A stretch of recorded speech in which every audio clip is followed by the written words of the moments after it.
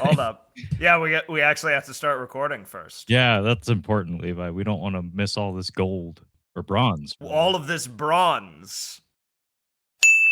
This is Pulp Cinema Month, and this is Doc Savage, Man of Bronze.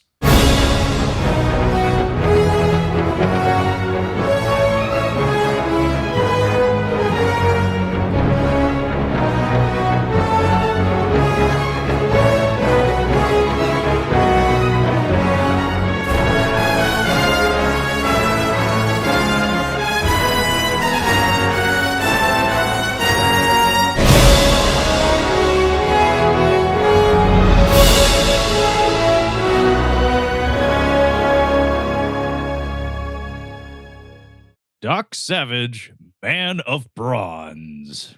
Have no fear, the Man of Bronze is here.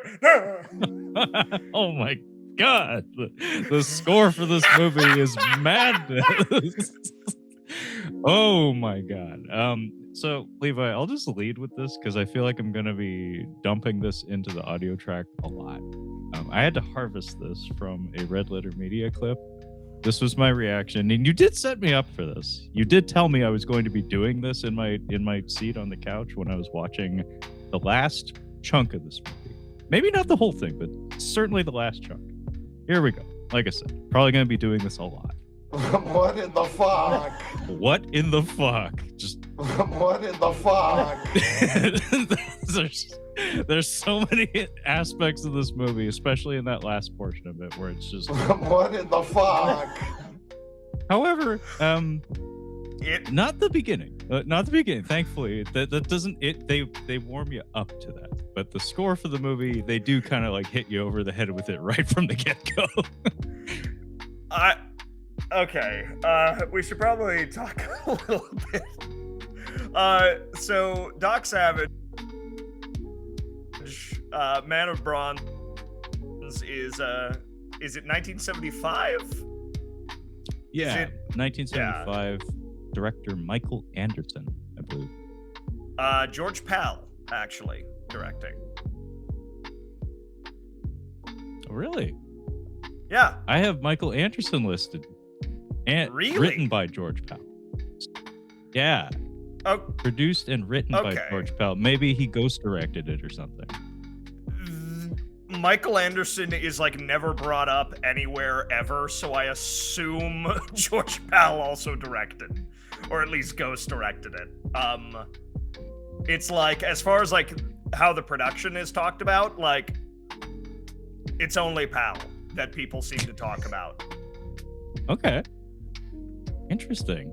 I wanted to point out that Michael Anderson, I skimmed over his filmography. He's not like anybody who's super well known to me. I certainly like recognize some of the movies in his filmography, but Logan's Run.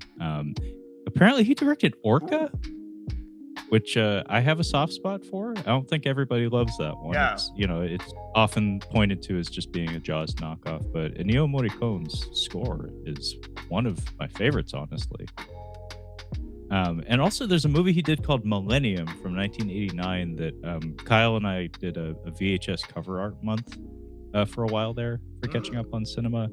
And the cover for Millennium always jumped out at me, and I did some reading on it, and apparently it's dog shit. but it has a nifty cover with an airplane, you see, with an aeroplane. But George Pal, as you say, apparently he's more the man, the force behind this.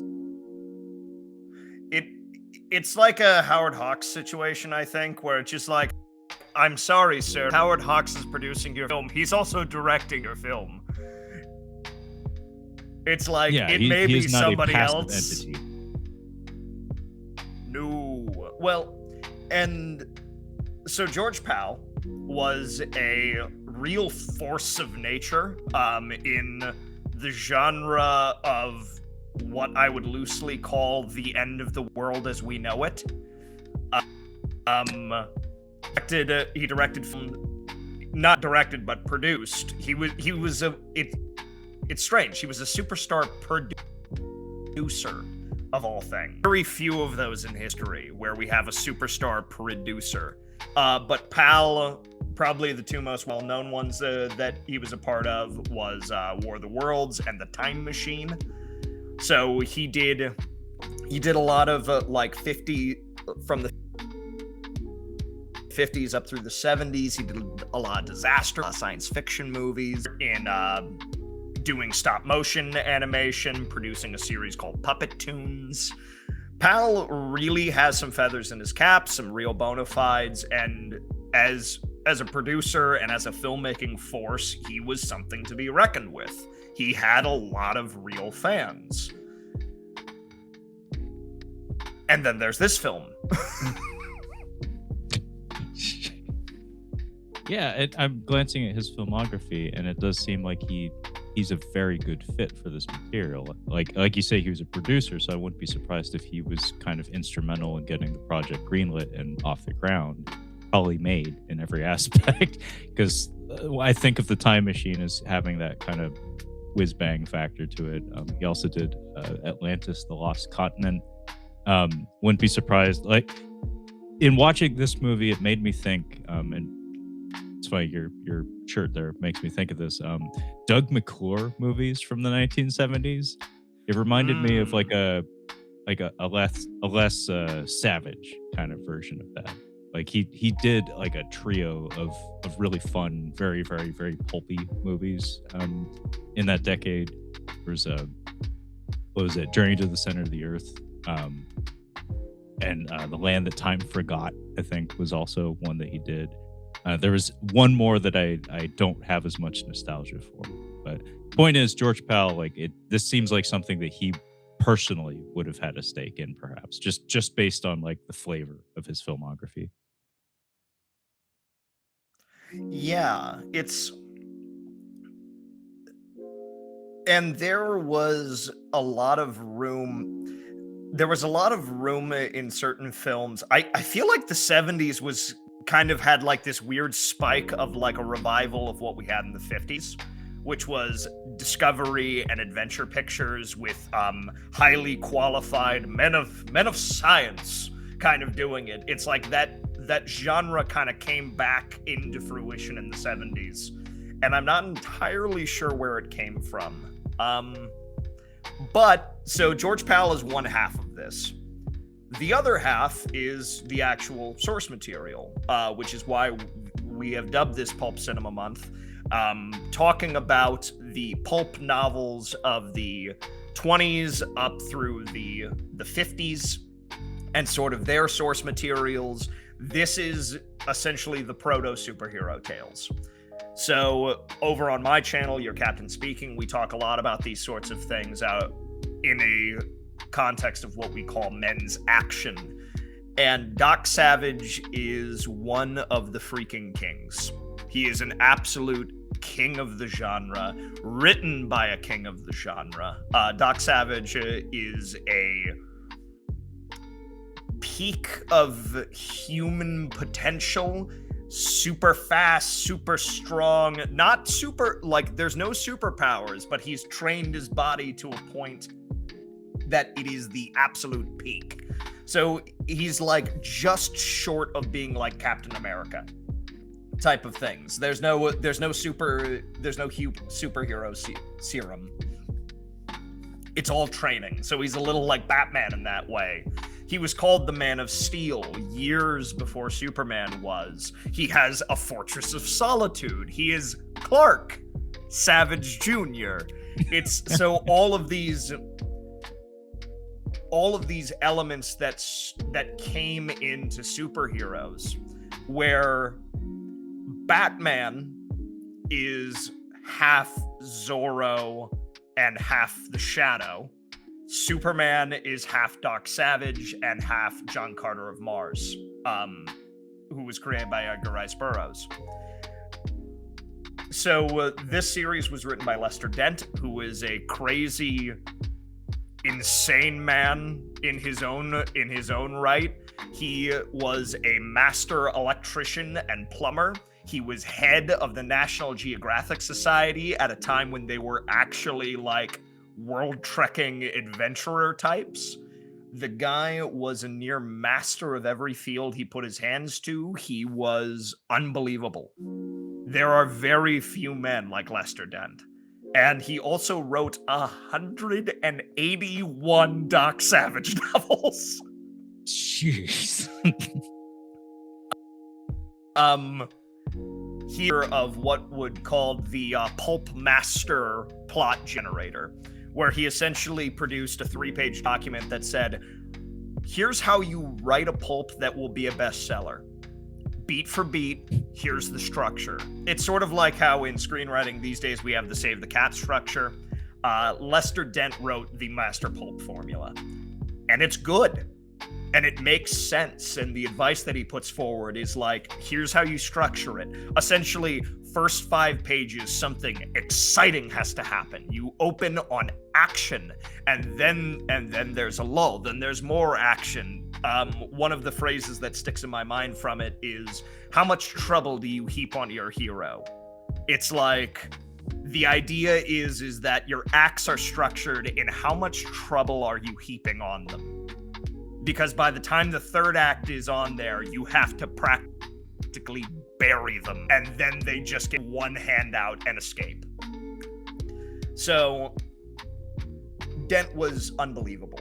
He is second pretty much to only Walter B. Gibson, the creator of The Shadow, whom Doc Savage was essentially created as a counterpart to, where The Shadow is mystery. He is the Knight of Darkness.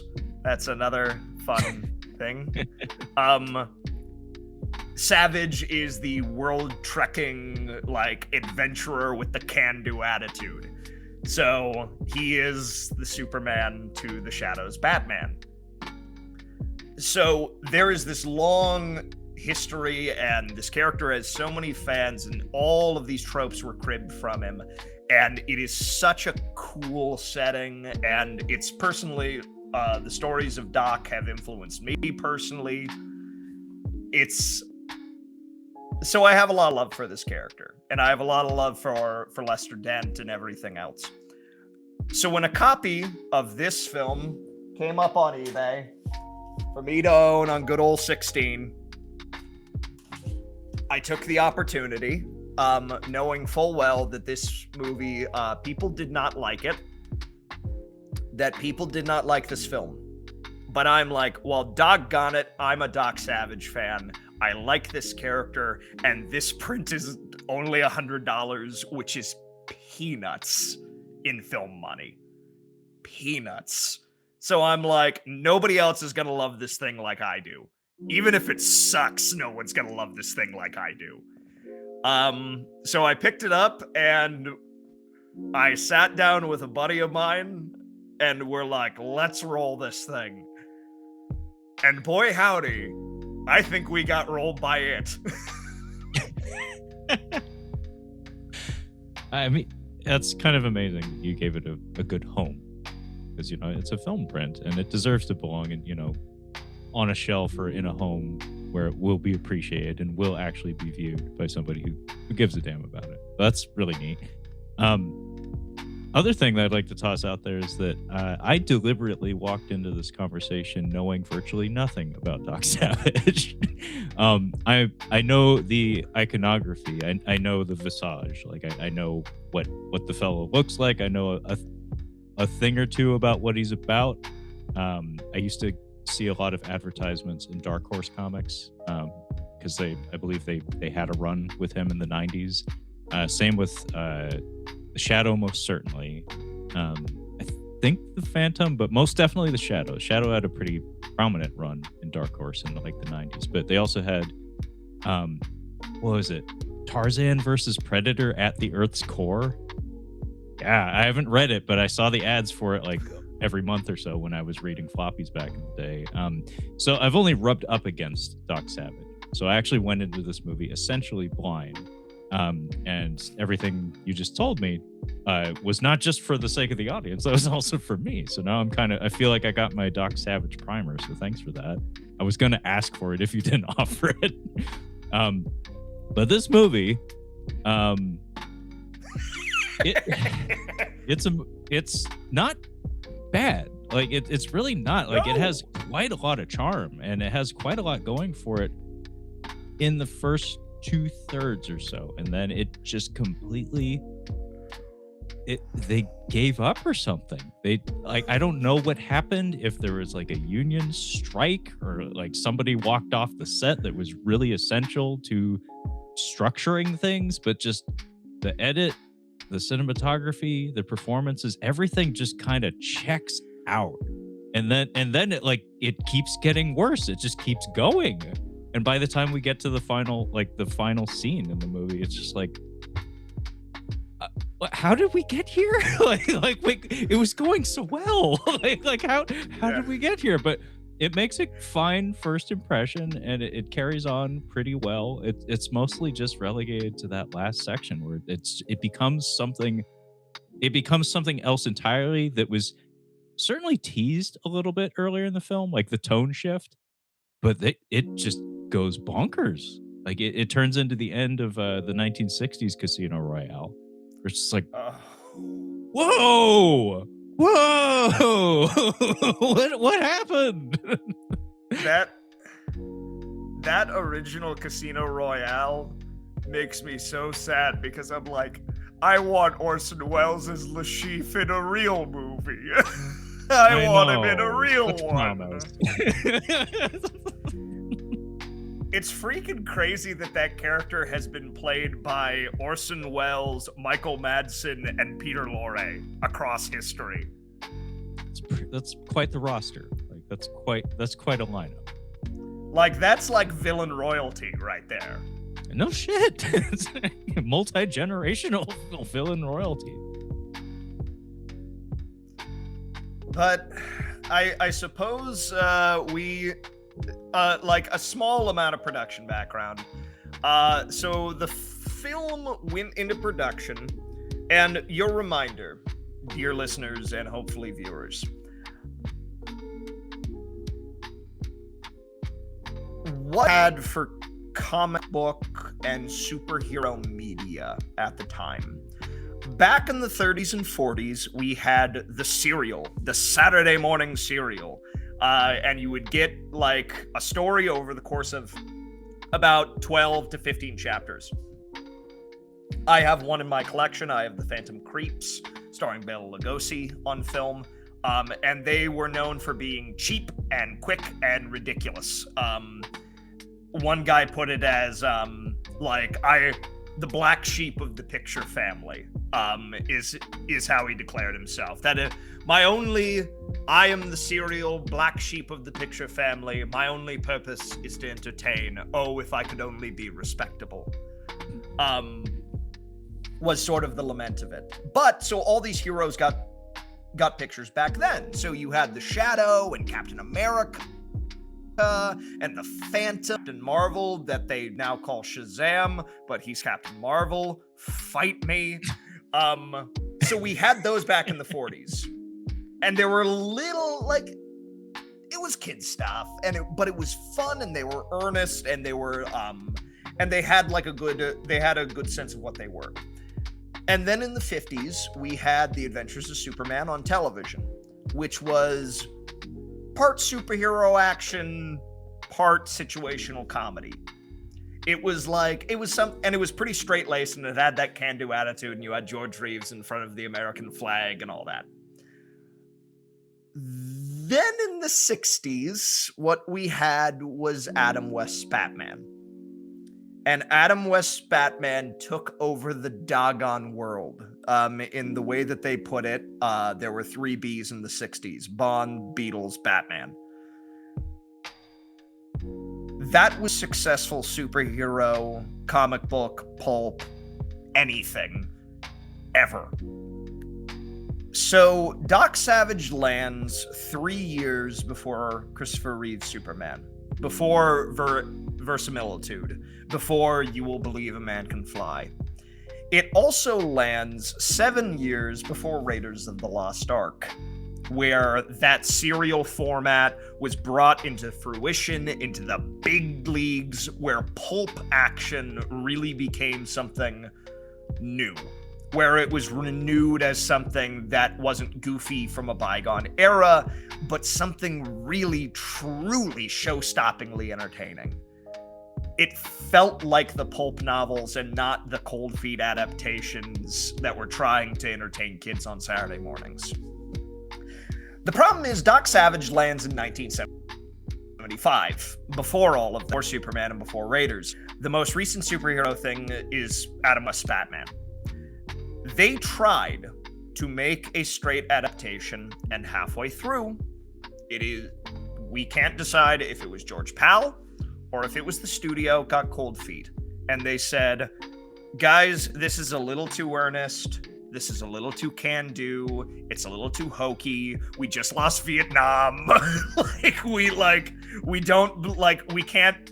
can't believe in truth, justice, and the American way anymore. We're all too cynical. So they decided halfway through production to essentially make this movie camp, partially, to try and save face, to say, hey guys, we're in on the joke too. And we get that immediately in an absolutely amazing and also baffling opening. Trevor, would you like to tell us about the opening, the award-winning, memorable... I will never forget this opening as long as I live. Tell us. So Doc Savage comes complete with theme song, and it's funny because they set you up like oh I'm gonna love this, because we have a narrator, which to me feels very serial like. It feels very pulpy. It feels like almost like a radio drama or something. Like, this is Doc Savage, and it's like, oh, I'm in it. I'm ready to, yeah, I'm ready to go. Like, yeah, if this is what we're doing, then I'm down for it. And we're in the Arctic Circle. We get a close-up of the man. He's got the blonde hair. The hairdo is not what I think of when I think of Doc Savage, because, again, my image of him comes mostly from those Dark Horse covers where he's got the widow's peak. It's the widow's peak, yeah. He's got the Vegeta, basically. He's got the Vegeta widow's peak. This fella's got, something snazzy. And he looks off into the middle distance, and they rotoscope a twinkle onto his eye. Which this is not the with only an time added this ding happens. sound effect. Ding! It's not the only time it happens in the movie either. And that's like, hang on. Like, what's happening? And then, what is it? Battle Hymn of the Republic, or what is the tune that serves as the backing throughout the entire film? So, the film ran out of money. No shit. And we don't have a traditional score. Actually, we do have a traditional score, but not a traditional film score. Yeah. So the entire movie is scored with the works of John Phillips D'Souza. Yeah. Which is essentially the American songbook. So we have fight scenes and the movie like set to da da da da da da da. Like it's like we're talking like traditional like 4th of July marching band stuff, and it is unbelievable. It's unbelievable in how much attention it draws to itself. Because we have lyrics, we have a theme song that plays twice, once in its entirety. Like every verse, multiple verses of this, like it goes through the chorus 3 different times. It's quite a lot. It's a montage. Not only that, though, Levi, we also have, again, multiple reprises of La Cucaracha. Yes. Guys, the only way this score could be less subtle is if it was a mixture of mariachi and ska. It comes at you fast and fierce, because the thing is, the way this is structured, he rolls up on his snowmobile, he stops, and we get the narrative. This is Doc Savage, the man of bronze. And you're okay. And the music cues up with, have no fear, the man of bronze is here. And then, ding! Across his eye, and you're like, Oh no. Yeah. Oh god. In one breath, you go from to oh. And we go through this like 5-minute sequence of Doc Savage enters his Arctic lair. Again, the Fortress of Solitude, which Superman cribbed. And we talk about how a cunning scientist, and he master of chemistry, inventor of things, and he's like studying the stars, and he's holding a test tube, and he's using a lathe. And we also take this opportunity to introduce one of my favorite elements of the stories, not of the film. The Fab Five, the Fabulous Five. Yeah. I am a sucker.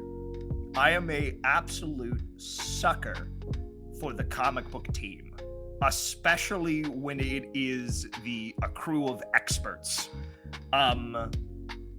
It's one of the reasons I love like Challengers of the Unknown, the Sea Devils, even stuff like, and we take this into things like the Justice Society.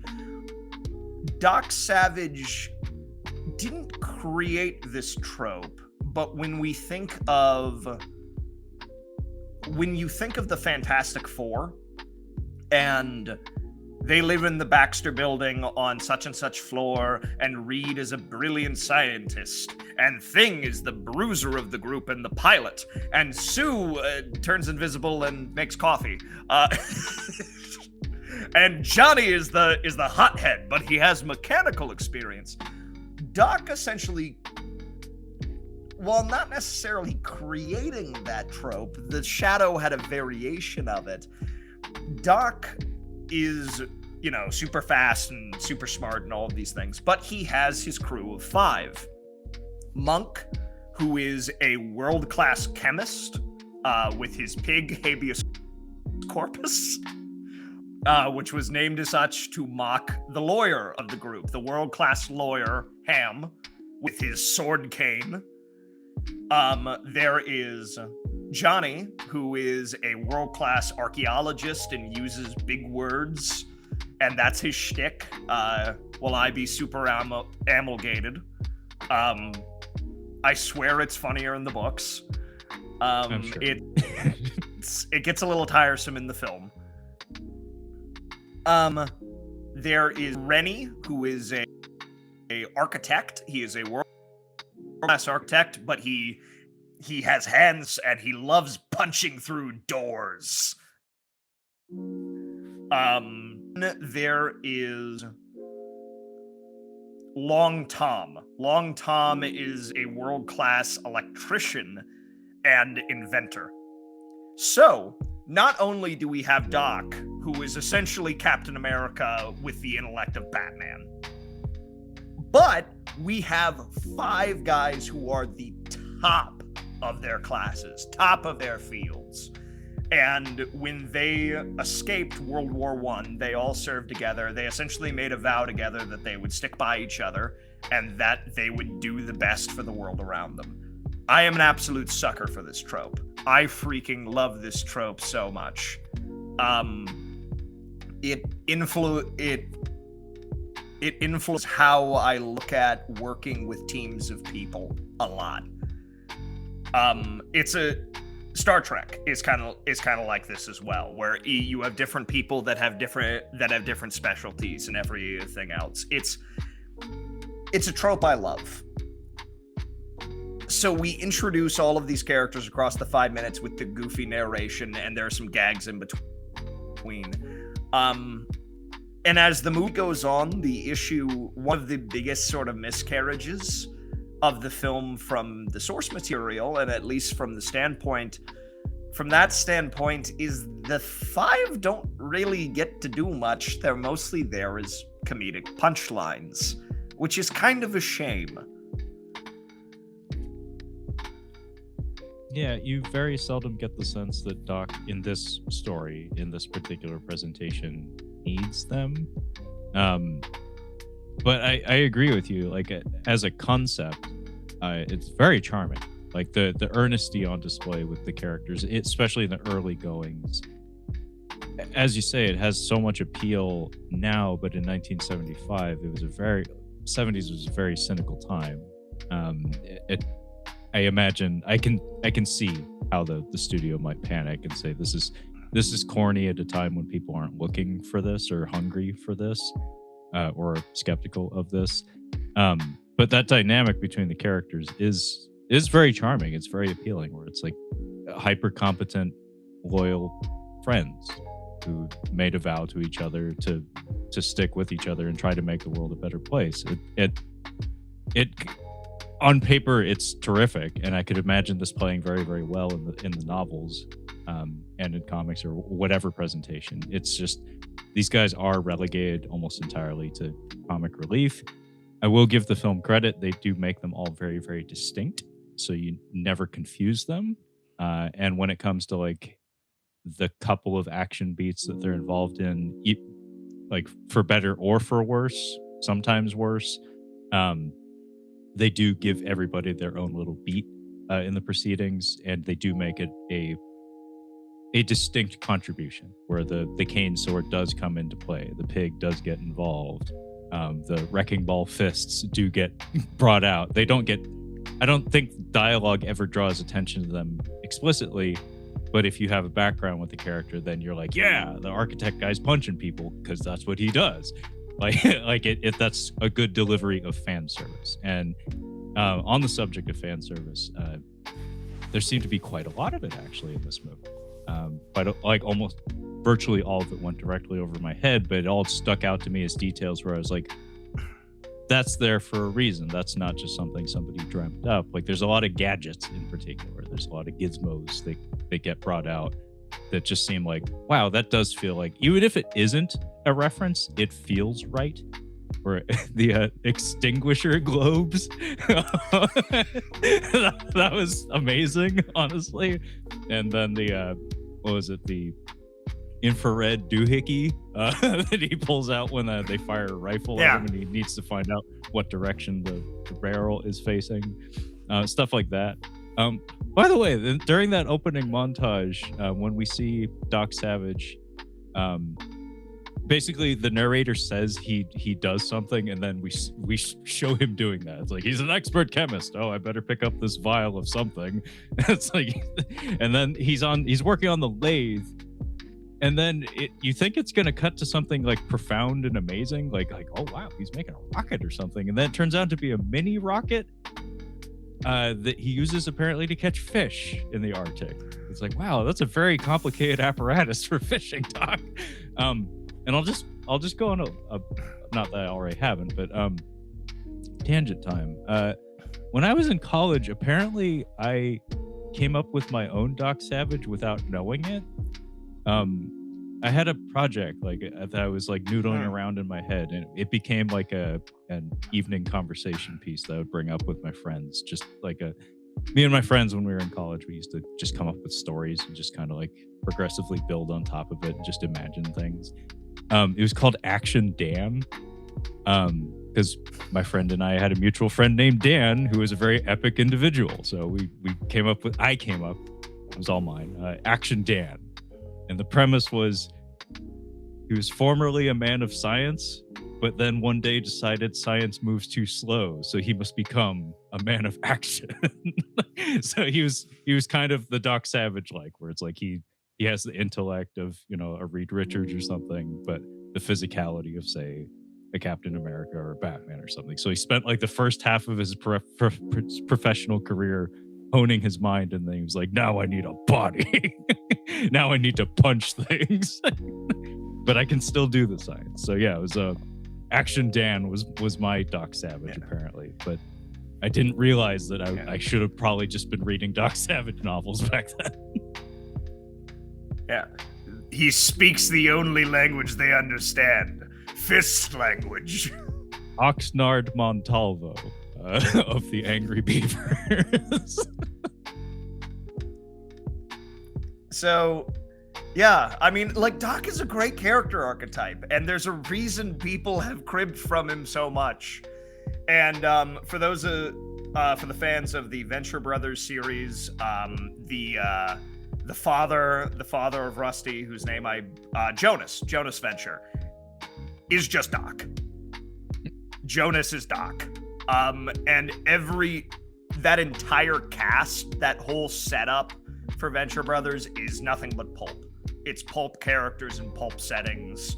It is and it's one of the reasons why, like, the Fantastic Four are kind of aped and put in that same category, is because Fantastic Four is very pulp. Like, I don't really think of them as a superhero team as much as they are, like, pulp scientist adventurer characters. But so we move on from that, and we see Doc sitting near naked in the Arctic, in the snow, meditating. And he gets a psychic message that prompts him to go back to New York. This is a period film, so it takes place in the 1930s. We see a boxing poster for the upcoming match of Max Schmeling and Joe Louis. Good deal. Yeah, like, hey, you know, that sets a pretty distinct place and time. And we see the Fab Five have all gathered up in Doc's office. Eaglehead? Penthouse? Eaglehead? In his Eaglehead. He has an Art Deco eagle head strapped to the side of this building.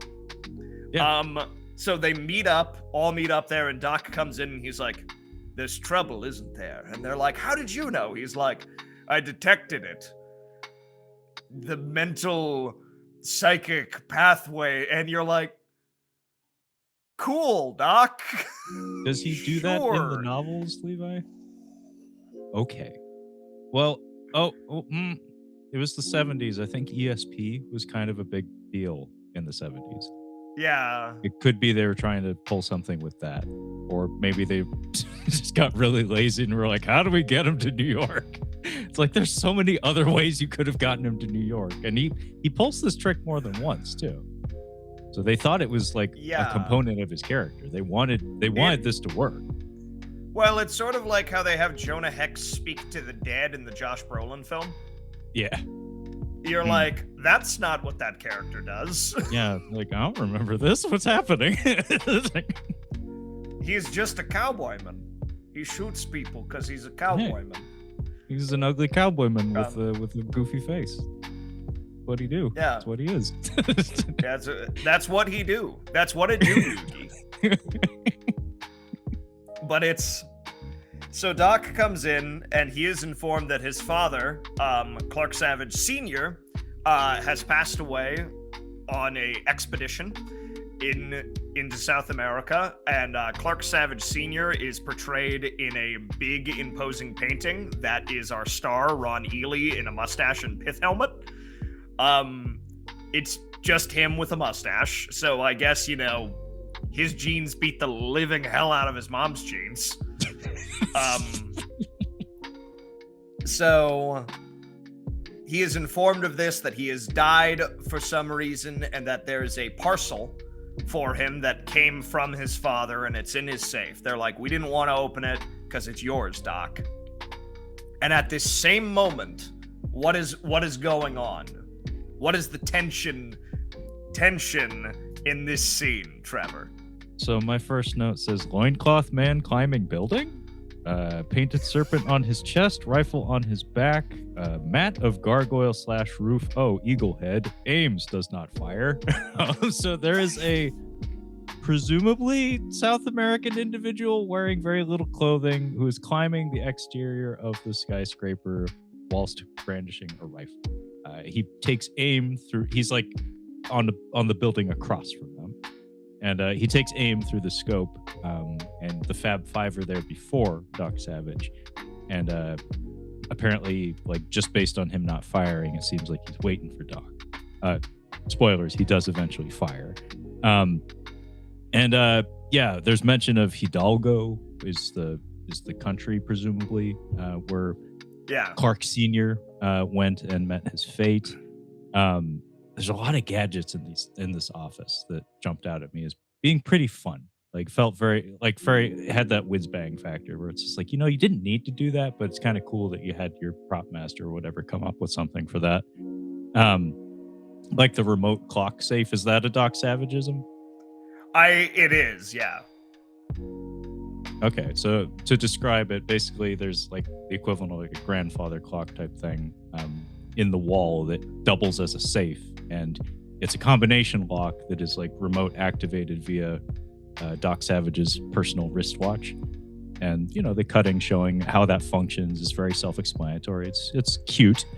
The sniper tries to shoot and kill Doc, and he misses, obviously. Not that it probably would have made a difference based on how bullets have had, like how bullets interact with Doc's body throughout this movie.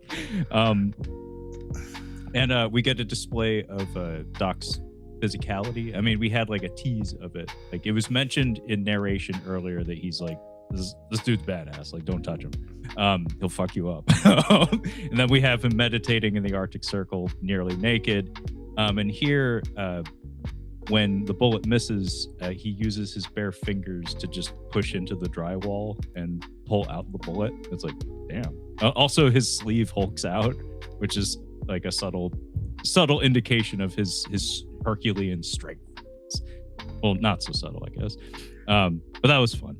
And so, again, is this a Doc Savageism? He just kind of like does this with the bullet. He's like, he just rattles off the grain and the caliber of the bullet, like the powder, like the grain and the caliber of the bullet. He's just like, yeah, I know what this is.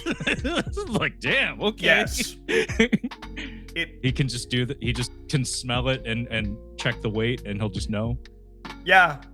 I mean, I'm not surprised. That's kind of cool, actually. That's the thing, is that it's like there's some point, like, hard and fast data is just something that Doc is good at. It's like it's just, he puts his hands into the blaster, picks up the bullet, he's like, rattles off everything. He's like, I know exactly where this came from. And one of the other guys speaks up and says, that's an elephant gun. It's just like, So, yeah, big gun. So they big all gun for a split big up. guy.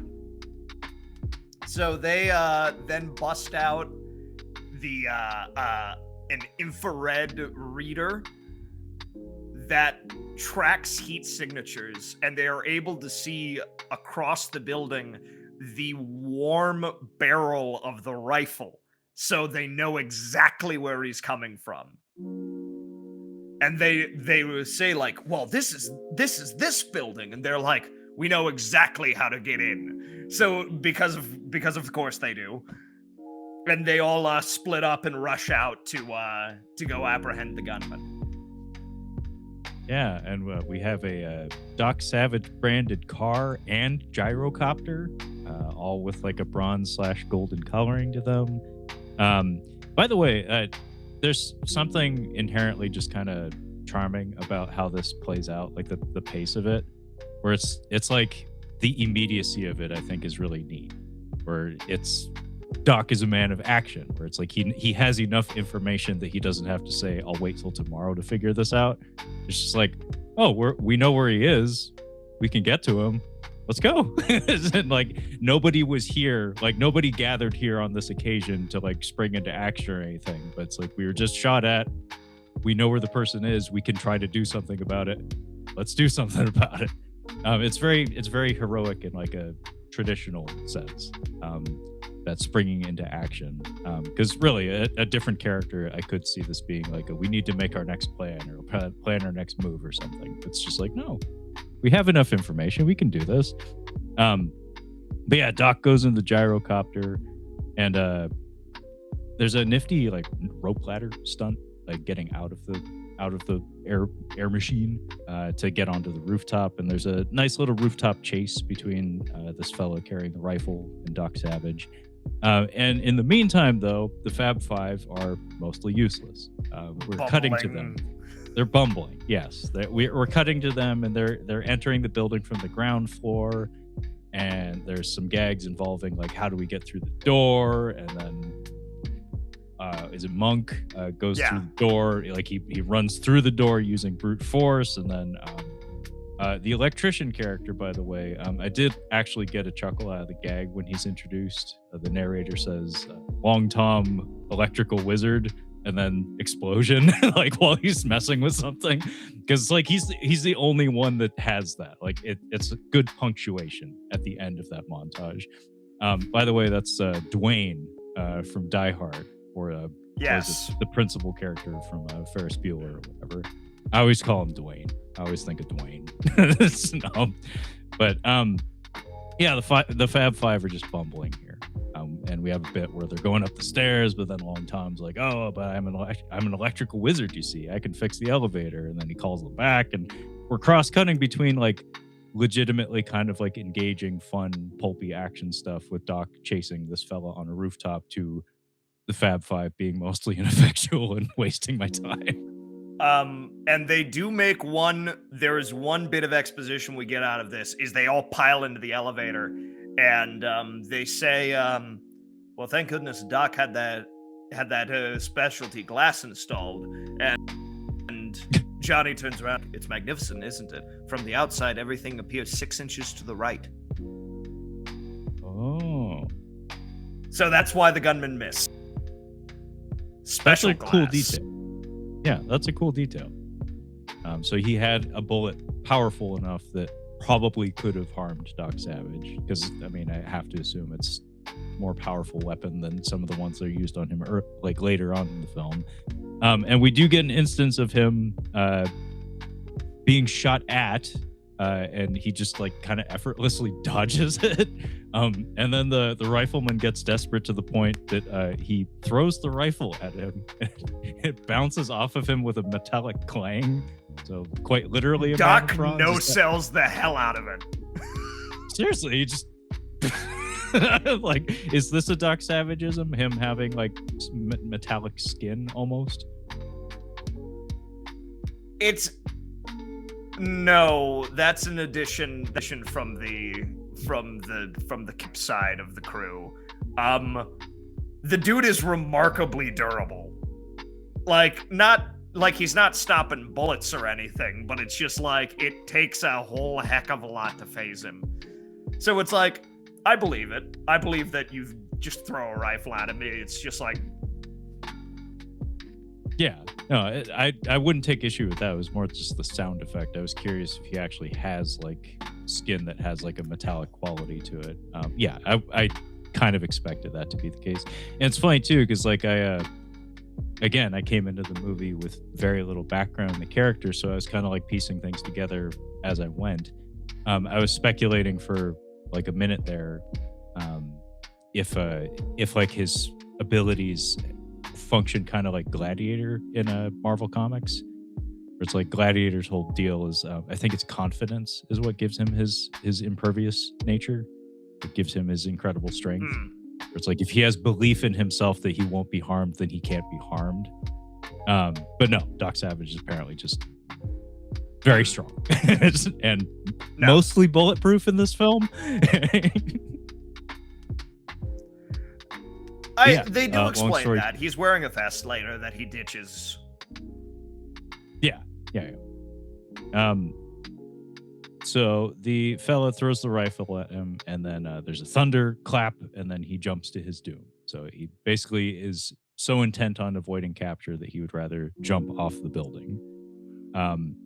And we all go down, we inspect the body and stuff, and then we have this like entirely needless sequence, but it makes for a great shot for a trailer. It's Doc Savage riding on the side of the car and pointing off into the hill, and then the camera zooms in on him in the rain.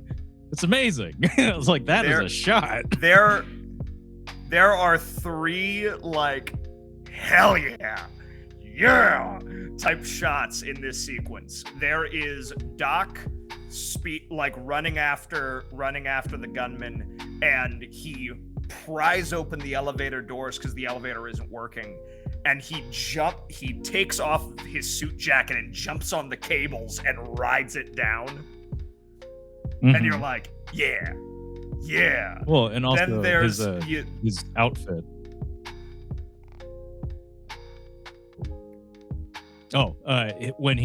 That's a fun excuse to get him into kind of his traditional Doc Savage garb, because he's wearing like a traditional jacket on top of it. So him grabbing hold of elevator cables. Yeah. And then we have the shot when he finally comes down the stairs. He throws open both doors with a bang, and he's standing there looking majestic, and you're like, if this sequence was just a smidge tighter, just a little tighter, like, this would be a ton of fun. Yeah, no, I agree wholeheartedly. It kind of trundles along. It needs to be snappier. But it's funny because I looked into this actor, Robert Eli or Ellie. Big fella. It seems like they did a very good job of making sure that he was essentially the tallest guy in the room in most scenes in the movie, if not all scenes in the movie, with the exception of like maybe him being opposite Captain C's later on. So immediately, like, his silhouette stands out. Like, he looks the role. He looks appropriate.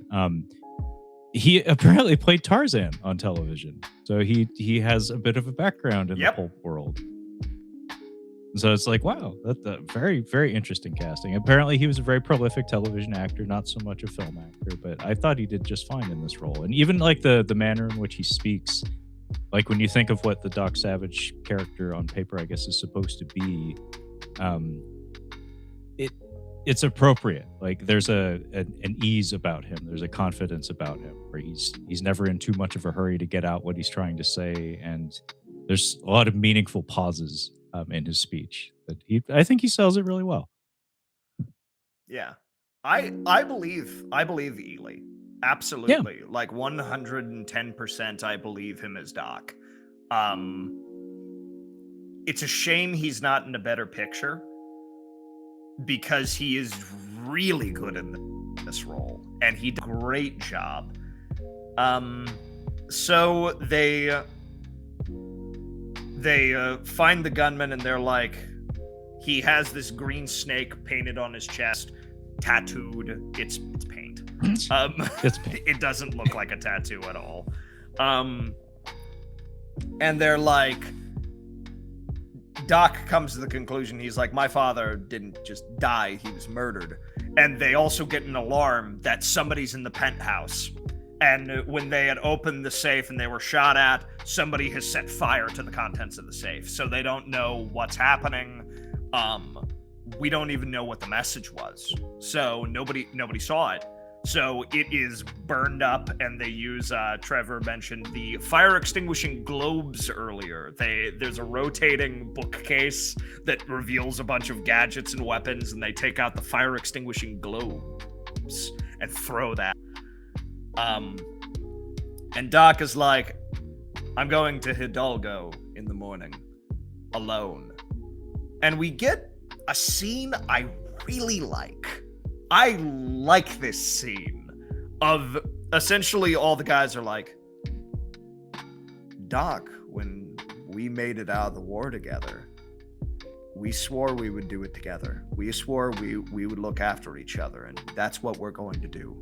Like, it's like, it is just this little, it's this good moment of teamwork, and it's a good character beat for all these guys of them being like, yeah, it's dangerous, and yeah, I don't think you're gonna need a lawyer in South America and the Amazon, but I want to help. I want to be there for you. And it's a good moment, and it's a good character beat for the team that I feel is very best, and it is worthy of the material. It's not interrupted with any sort of gags or anything, which some of the others, like, more serious, like, character beats are. It's good, and I like it. It does introduce something a little confusing, which in the novels, there were times where like some of the Fab Five were unavailable. As Dent wrote them, maybe he just couldn't think of anything good to do with them. So he's like, actually, Monk isn't in this adventure. He's off at a chemistry symposium in Italy. Or, yeah, Ham would be here, but he's handling a pretty hefty case that's going to the Supreme Court. Or, yeah, Rennie's actually designing a new concert hall in Chicago, so he's not on this mission. So they play at that idea of like, I think it's Rennie and Ham aren't going to be coming along. But then in the next scene, probably about 45 seconds later, they recant on that and they show up. So it's like, it's one of those things that it works in the novels and it is poorly implemented here. I get what they were trying to do, or they're trying to, I guess, maybe hint at like obligation or hesitation on the part of some of the members of the Fab Five. It's like, I want to help you, Doc, but like practically it doesn't make a whole lot of sense for a lawyer to head to the jungle with you. And I got a big caseload this week. Same with Rennie. It's like, I got this turnpike deal that's like, it's being pushed through as we speak. I got to be there. So it's like both displaying that like inherent loyalty that's shared between all of them, but also showing that these are all top men in their fields who have lives and who have obligations. And I guess having them show up the next scene is supposed to signify like that the loyalty outweighs the obligation, like in their their world, like their positions in the world and in their profession and stuff. It's just to me the timing is a little goofy, where it's like we barely have a beat there between when they refuse and when they show up at the end. It's like Han Solo saying like, sorry kid, I can't join you, and then like as they're leaving he's like, never mind, I'm coming with you. It's like, no, you need to have him like show up a little bit unexpected, I guess. Yeah, or alternatively have a character moment for them of where they're like having a moment of them alone, or like you have Ham and Rennie walking out talking back and forth like, well, there's a lot to do, and it's just like, and maybe even over drinks or something, they're like, I do have assistance on this case, and it's like, well, and it's not necessarily me that's building the turnpike. Like, having a isn't enough to do it. Either way, you need to have some breathing room. Yeah, breathing room would have been nice. And yeah, I think that could have worked really well. Just like, I don't think there are many scenes with any of the Fab Five alone. But that is a way you could have handled it, is show Ham in his office, like going over his paperwork or something, talking to his secretary or something, and coming to the realization like, Doc's more important. Like, I gotta go. Like can't cancel all my appointments the rest of the day. I gotta go. And that's like, oh, well, like, whatever do you mean? It's like, it's more important. And just, display that loyalty to like show that like he's trying to have it both ways, but like it's more important to be a good friend. But yeah, essentially the scene in the office is it's a good luck and a farewell. And then immediately it's followed up by them all being there at the hangar when they're gonna get into the Doc Savage mobile, the third branded vehicle we have. It's now an airplane, and yeah, everybody's here, and the plane takes off, and immediately there's a prop plane up there, like a Red Baron-esque prop plane that swoops into action, and it has just been like idly circling or something. Like, I don't know. That's a lot of fuel. That's a lot of fuel, man. I don't think you can just do that. But yeah, this plane like immediately swoops in, and it's got two machine guns. It's essentially a cargo aircraft. It's just fish in a barrel. He just shoots it down, and the plane explodes. And like, if you've seen a film before, you'll take note of the fact that there are no interior shots in the edit that show like the actual people in the plane being shot at. So when the plane blows up, I guess you're supposed to be like, oh no, Doc and his buddies all got blowed up before they even got to Hidalgo. However, are we going to have a movie? Cut to the hangar, and apparently, oh hey, it was a remote aircraft, a drone essentially, that was being piloted by our boys. And they specifically, Ron Ely uses the phrase, that robot remote controlled airplane was made of nothing but cloth and plywood. Robot.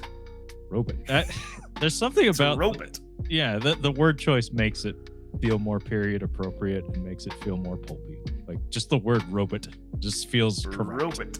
It's a robot aircraft. You see. It's very fluent in punch language, you see. So they load up into the actual aircraft, and Doc, before they get a move on, Doc essentially takes this as a moment to remind them, like, what do we stand for? Like, what are we really here for? And he reads out the Doc Savage Creed, which Lester Dent wrote for the books. And if you got like if you got one of the like fan clubs, if you joined the Doc Savage fan club, you know, they would give you a card with this written on it. And it goes, let me strive every moment of my life to make myself better and better, to the best of my ability, that all may profit by it. Let me think of the right and lend all of my assistance to those who need it, with no regard for anything but justice. Let me take what comes with a smile, without loss of courage. Let me be considerate of my country, of my fellow citizens, and my associates in everything I say and do. Let me do right to all, and wrong no man. And he says that with a we to encompass the five. And it is one of those creeds that, as a kid reading it, it was a great influence on me. That and Franz Stryker's The Creed for the Lone Ranger. I believe to have a friend, a man must be one, and so on and so forth. Were a big influence on me as a young reader. And to this film's credit, Lester Dent's widow apparently saw it 5 times, and she was in tears hearing the Creed read on screen.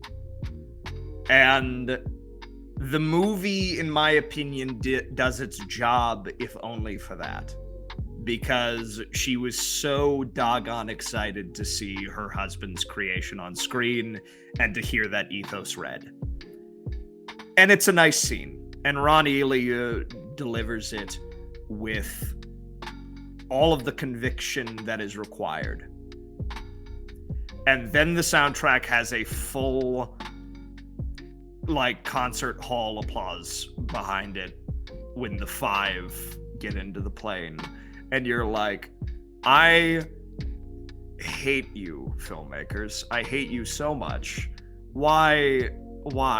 Like, I get it. It's 1975. The idea, like, is it a little cornball? Yes. We don't trust our country anymore. We don't trust authority anymore. And everyone's different flavors of shit. And da-da-da-da-da-da-da. I get it. It's a shame because it's a really nice scene. And it is the cornerstone of this character. And because the filmmakers do not have confidence, they undercut it. Yeah, they take the piss out of it by, like, the kind of like choral hymn playing over it is in service to it, but then that random concert hall audio that plays over them taking off in the aircraft feels like you just pissed all over something that was very genuine and touching, and it feels like somebody hit a panic button, honestly, such that it's like so much of this film, like, it feels like if they had taken a chance, I guess, if they hadn't hit the panic button on so many aspects of this, if they had just told a straight pulpy Doc Savage tale, it may have done a lot better, honestly. because it would be much more. It It would would've. be much more cohesive. It would be much more consistent. It wouldn't have any sort of real identity crisis to it, but there's these weird injections of camp here and there, and cynicism that just feel completely out of place, that tarnish the thing. It's a damn shame. Yeah, it's just I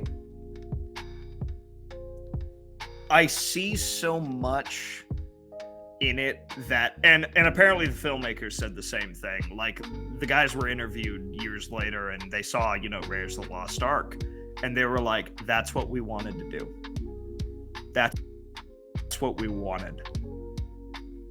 And there's something about a scene like where it's something that, again, kind of valuable to me as a, like, not only as a fan but as a person, like, as something that was and continues to be a big influence on me and the way that I interact with people and the way that I see the world.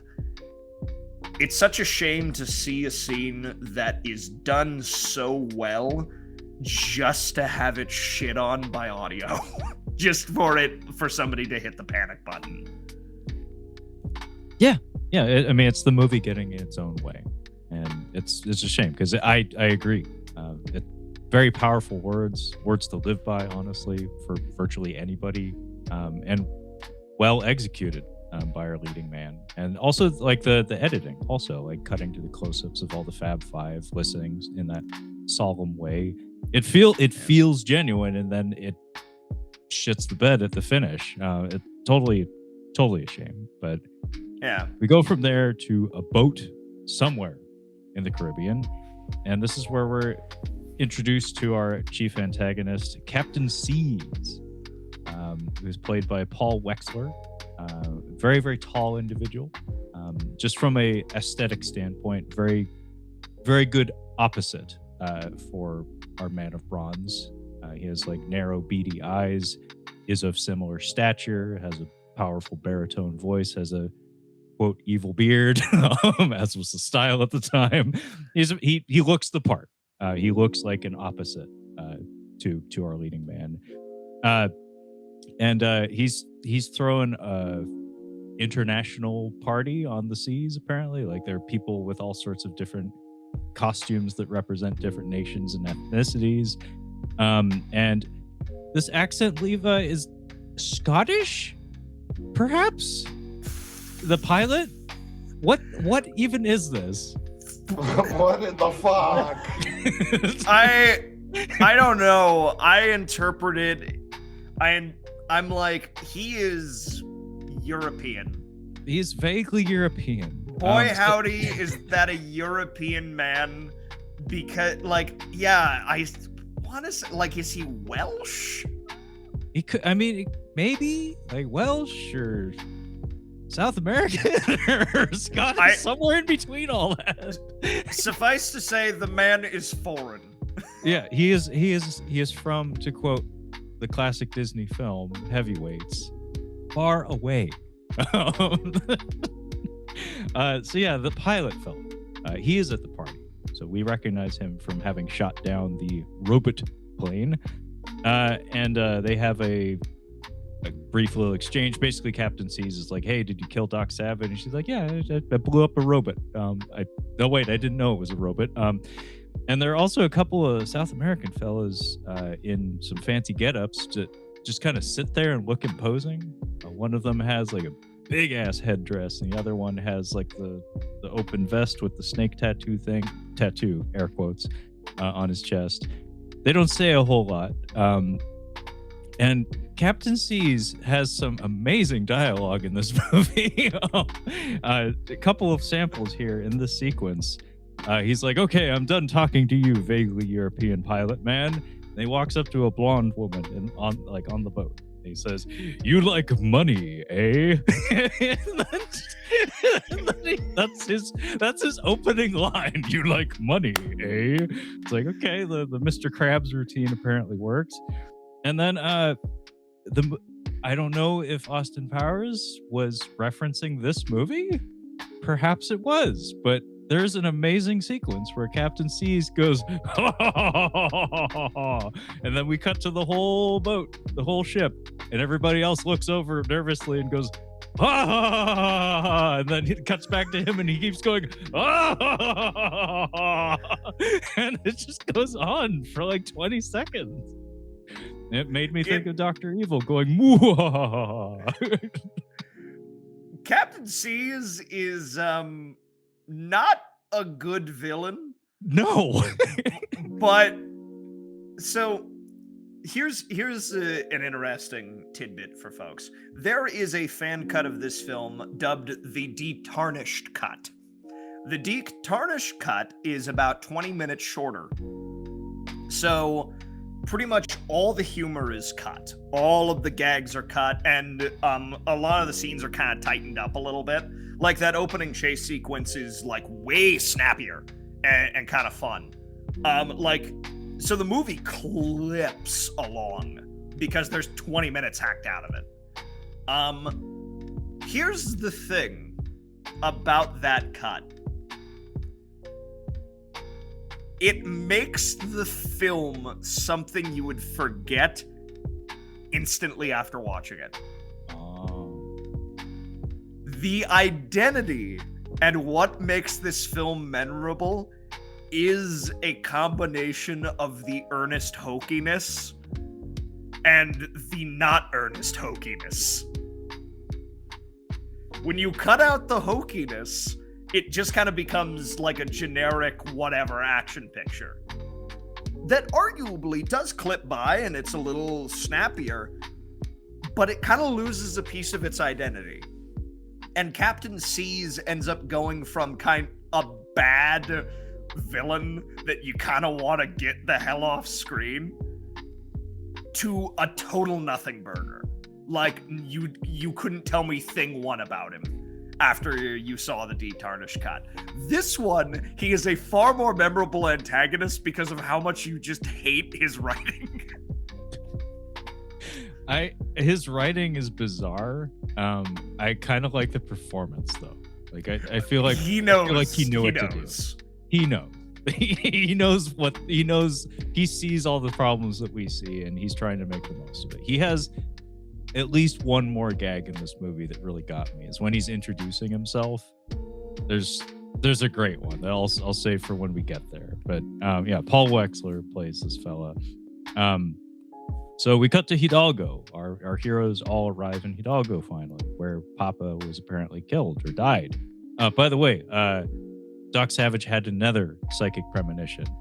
He was like, "Oh, Dad didn't die. He was murdered." And everybody's like, "How the fuck did what?" And he's like, "We leave in the morning." And it's like, "Oh, okay, Doc, sure." So here's what that is.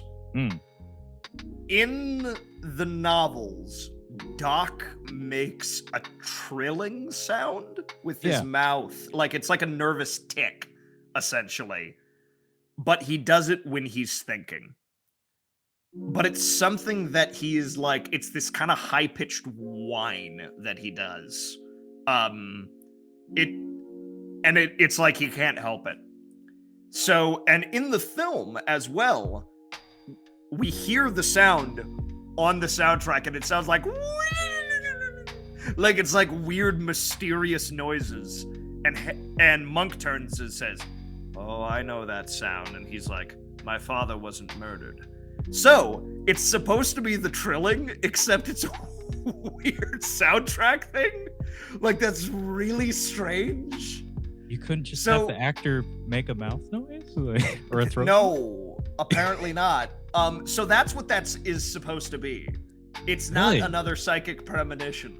So the first psychic premonition in the film is the only psychic premonition. Thank you for clarifying. The trilling is actually, I like that as an idea because people do that. People have tics like that or quirks where it's like deep thought or epiphany or whatever. And also, you're right. Monk does draw attention. It's a diegetic sound.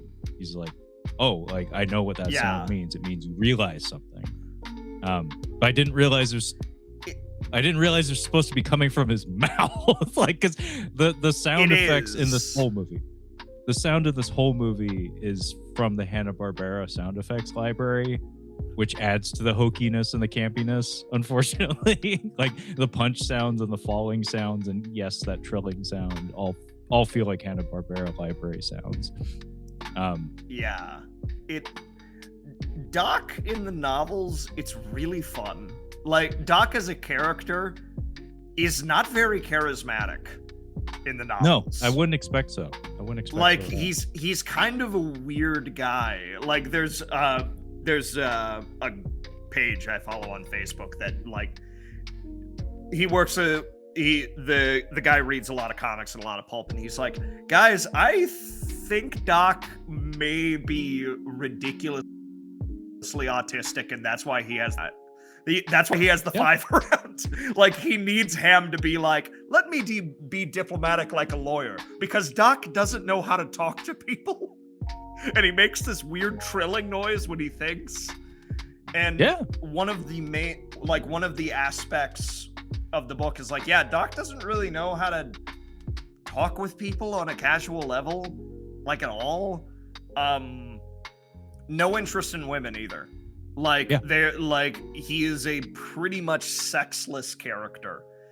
And it's funny because in the novels, we have, like, women throwing themselves at him because he's built like a freaking Greek god. And he's just like, hello, citizen. No, actually, you beat me to it, because I do see that. He does seem like he's on the spectrum to some degree, because the trilling, especially, that is often a characteristic of something like that. And we do have instances of his behavior being, like, socially a little bit muted throughout this movie. There's a distance, and even like his facial expressions throughout the movie. I don't think that was intentional on the part of the actor, but there is like a separation between him and everyone else, whereas he's just slightly out of step, slightly out of bounds with most of the people around him. But as you say, he has his Fab Five, for like his tightest, bestest buddies, who don't need all of that signaling and don't need all of the things that a stranger might need from somebody in order to have like what you would expect for naturalistic communication. So I think there's a lot of grounds for that, actually. Doc being autistic or on the spectrum to some degree, and also makes me think, like, perhaps our author, like, we didn't exactly know as much as we know about that kind of stuff back then. Perhaps he was too. Who knows? Like, to write a character that is so specific in those areas. Interesting, very interesting. So yeah, we're in Hidalgo, and we learn that Papa Savage was gifted some land by the local, some sort of tribe that everybody's highly evasive about speaking any details about this tribe. And we meet with, I believe it's the president, and Ham, the lawyer. He steps up and he's like, "Oh, I can handle this." So he asks, like, "Could we see the paperwork? Could we see that deed on that land transfer?" And then we have this whole sequence where we cut to some legal documentation office, and we are introduced to Senorita Flores, who does exactly nothing except for open a filing cabinet in this scene. But the camera just goes like right up into her face. So it's like, she might have something to do later, perhaps. Oh wait, she's mostly just here to look pretty. But yeah, and we also meet, is it Goro? Goro. The little dude, as I called him. Not Prince of Outworld. No, not Frank Welker, not Prince of Outworld.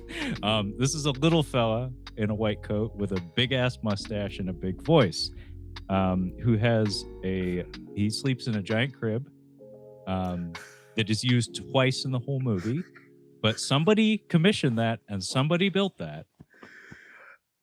Why? But sure, like you said, Batman did own the world for a minute there. Like, this is some high camp bullshit, but whatever. Folks, I would like to impart onto you that we have these full scenes of, because this is how Cease finds out that Doc is still alive, that his pilot totally screwed up and didn't actually blow them up, is Goro on the phone with an old-fashioned, like receiver telephone, like the candlestick ones, and he is in an enormous, like, queen-size bed rocking crib, and the soundtrack is like generic, like, rockabye baby lullaby, like, tunes, as he's going back and forth like, yes, Doc and his associates survived. You're like, and my buddy Kurt, who I watched this with, he's like, I refuse to believe that they commissioned that for this. I refuse. He's like, I refuse to believe it. They had to have, like, Babes in Toyland or like some other movie had to have used that, and it was on the back lot, and they said that'd be fun. Wouldn't that be funny if we used that? He's like, I refuse to believe somebody built that for this movie. I believe they did, but that's me. Anyway. I choose to believe they did as well, just because it's that stupid. It's that stupid and it's too specific. So yeah, C's is on the other end of the phone, and he called. There's an amazing music cue when he hangs up the phone. He's enraged, and the ladies around him are like, "Whoa, he's got a temper." And then he calls in the South American fella with the big headdress, who no longer has a big headdress. He's dressed. He looks like he's wearing like a Panama suit, basically. And he calls him in. He's like, "Come." And then there's this like pum pum pum sound like music cue when he walks into the room wordlessly, and then we hard cut away from that. And then cut to overlong green rotoscoped snake attack sequence. I'm sure the alternative cut, the untarnished cut, is considerably shorter. I like it, but it goes on and on and on. So the pilot is attacked by green phantom snakes that float through the air, and they go through the walls, and when you swipe at them, they go in half, and then they come back together like they're made of smoke or some sort of energy, and they strike at the pilot and they kill him. So that took me about 30 seconds to explain. This scene is like 3 minutes. Yes.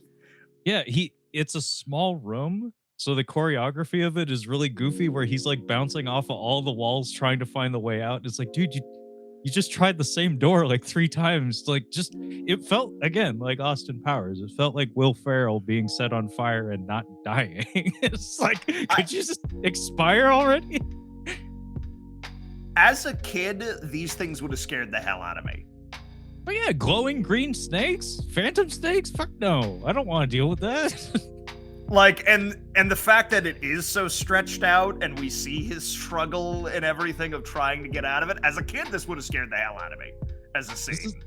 This is like The Lost World when the Compsognathus are attacking the Fell. Peter Stormare, where it's like, yeah, this is Spielberg at his most savage, where it's like, I'm gonna kill Peter Stormare because we all had beef with him in that Fargo movie, you see. We want to see him get his. So I'm gonna kill him for the next 5 minutes. It's gonna take that long. We're going to death by 1,000 cuts this guy. Yeah. 1,000 cuts brought on by little dinosaur critters. In this case, glowing green snake phantom monsters. Yeah, it's nifty effects, actually. Like, you can tell that a lot of effort and time and skill was put into this. It's just, to me, the length was almost comical. But my note here says, "What are you wearing?" Oh, it's when Doc is exercising on the diving board. He's wearing a tank top with the flanks cut out of it, like to breathe. You see, his serratus muscles need air. They need oxygen. You see. Yeah, there's like an extended sequence of him exercising at the pool. There's like an extended, and like, guys, these aren't like money shots of like, look at how ripped Ron Ely is. It's like wide shots of him just like bouncing up and down on the diving board and like doing some windmills and like. It looks like candid footage, honestly. Yeah, it honestly looks like he's just warming up. Like, I think this might just be Ron Ely at the hotel pool. But so then we cut to the 5 dining, and they're like, 2 hours a day, every day he's training, every single day. And there, if I'm recalling correctly, is their meal interrupted at this point by the girls coming in, or does that happen later? I think that's later. It's preceded by the maids checking out Doc Savage, because like you do. And then the five kind of feud amongst each other. Like the character dynamics among the five, because they're mostly comic relief, really the only dynamic that stands out is the feud between Ham and Monk. Like they're kind of at each other's throats all the time throughout this movie. And they do like bring that full circle and like have a resolution to it in the final act. But yeah, they get into a spat over their meal. That's a big part of the novel. I imagine, yeah. I mean, with the habeas corpus thing, with the baby pig and stuff, like that seems correct. And then Michael Berryman shows up. Michael Berryman is in this film. Yeah, he is. I mean, he does fuck all, but he's here. Is he dubbed? I don't think so. I think he's just putting on an affect. Like, not even an accent. He's just speaking in it good as you did. He's doing I'm a high society type. I'm the coroner, you see. He feels it felt so proper and so foreign to Michael Berryman as an actor for what I know him for that I thought he may be dubbed. I thought he was going to show up and be like a bad guy. I thought he was going to be an assassin or something. But no, he's just a weird guy. Like, he's just the weird local coroner. It's like, why would you do that? Why would you set me up for, like, I'm sorry, like, Michael Berryman is a very nice man, a very talented actor, but he has a look about him that stands out. It's like, okay, I mean, it's kind of cool that you just put him on the set for a day to do exactly nothing, but I thought that was going to go somewhere. But yeah, he's the coroner, and he brought some curious slides because he examined Doc Sr., Mr. Savage, if you will. He performed the autopsy, essentially. And then we cut to Doc examining the slides on the microscope, and then, oh no, the spectral snakes come for Doc. And we have a very awkward sequence where he uses a shotgun on them and they explode and come back together, and then he throws a chair at them. It doesn't really work, but he does cause some property damage, which I'm always in favor of. And then the solution to the problem, you see, is an electric fan. He brandishes an electric fan and he eases the phantom snakes out the window. And the window's been broken, you see, so there's no way to actually shut it. But he does close the curtains, and the snakes, they're not strong enough to get through curtains. A fan. He uses a fan to blow them away. It's like the aliens and signs that can't get through wooden doors. These snakes can't get through velvet curtains. Velvet curtains. That's their one weakness. They're like, damn it had to be velvet. We would have had him. And so the Fab Five rush in and they're like, Doc, what happened? And there is a reaction that I'm like, I don't know. It's a very genuine just don't know. And I'm like, that was a production meeting for this movie. What in the fuck? That's what he was thinking. But yeah, in the morning, the ladies, the one of them, the blonde, has Jennifer Coolidge vibes, by the way. She's teeth gnashing. They invite them to Captain C's yacht, and Monk is excited about that, but he doesn't want to speak on Doc's behalf. But then Doc comes out and he's like, ladies, but not really. He's just like, oh, I see an opportunity to gather more information. We shall accompany these women to the yacht. And meanwhile, Monk's like, titties. And Doc's just like, information gathering. So they go to the yacht, and this is where everybody gets to meet Captain C. So the villain has invited them essentially to his home turf, his lair, and this is where Captain C's, he has some lines that kind of made me laugh. He says he's explaining his name, Captain C. Monk asks him for more details about it. He's like, how does one get the name Captain C's? He's like, basically what I do is recognize opportunities and seize them. And then Monk's like, oh wow, so like Seas, huh? Is a pun, and then he's like, ha ha ha, ha. No. It's like, oh shit. Like that is the one gag in the film that made me genuinely laugh out loud. So the timing of it was actually really good. Where it's like, okay, so it's an obvious stupid pun. He's like, ha ha, no. And then he also offers, my real name is absolutely unpronounceable. So he's like Spock. I guess. I don't exactly know what that's supposed to mean, but like maybe he improvised that. Who knows? But and we have a lot of detail, and you'll have to confirm if this is a Doc Savageism. We have a lot of screen time, like 30 seconds, devoted to all of our heroes ordering drinks, and they all have individual drink orders, and most of them are very humble. Like Doc's like, I will have a Coke, please. And then like one of them orders milk. I think only one of them orders any sort of alcohol. Are these like character things from the books? None. Doc and his entire crew are all teetotalers. They do not drink and they do not smoke. So what you're telling me is the movie was just deliberately wasting my time. Cool. Well, the movie, they're using it as a gag specifically to contrast them with the rest of the crew. I guess. But that's the thing. None of them drink and none of them smoke. The only person that deviates from that in the film is Long Tom. Long Tom gets a cigarette, but the only reason he gets a cigarette is a way for him to pull out a weapon that is the lighter. So none of them smoke and none of them drink. Okay, that makes sense. They do a good job of inserting into the edit of the movie, like for people like me who wouldn't be aware of that. When Long Tom asks for a cigarette, he does so like basically the cigarettes are being retracted, and he's like, oh wait, hang on a second, I will take one of those. And then we have just like a single cut like showing Doc and the others like take notice of that, like there's a reason he's doing that. And then the women are asked to leave the room, and immediately Captain Seas turns hostile and has his associates hold guns to everybody's heads like you do. And then, oh hey, Long Tom has a laser beam lighter.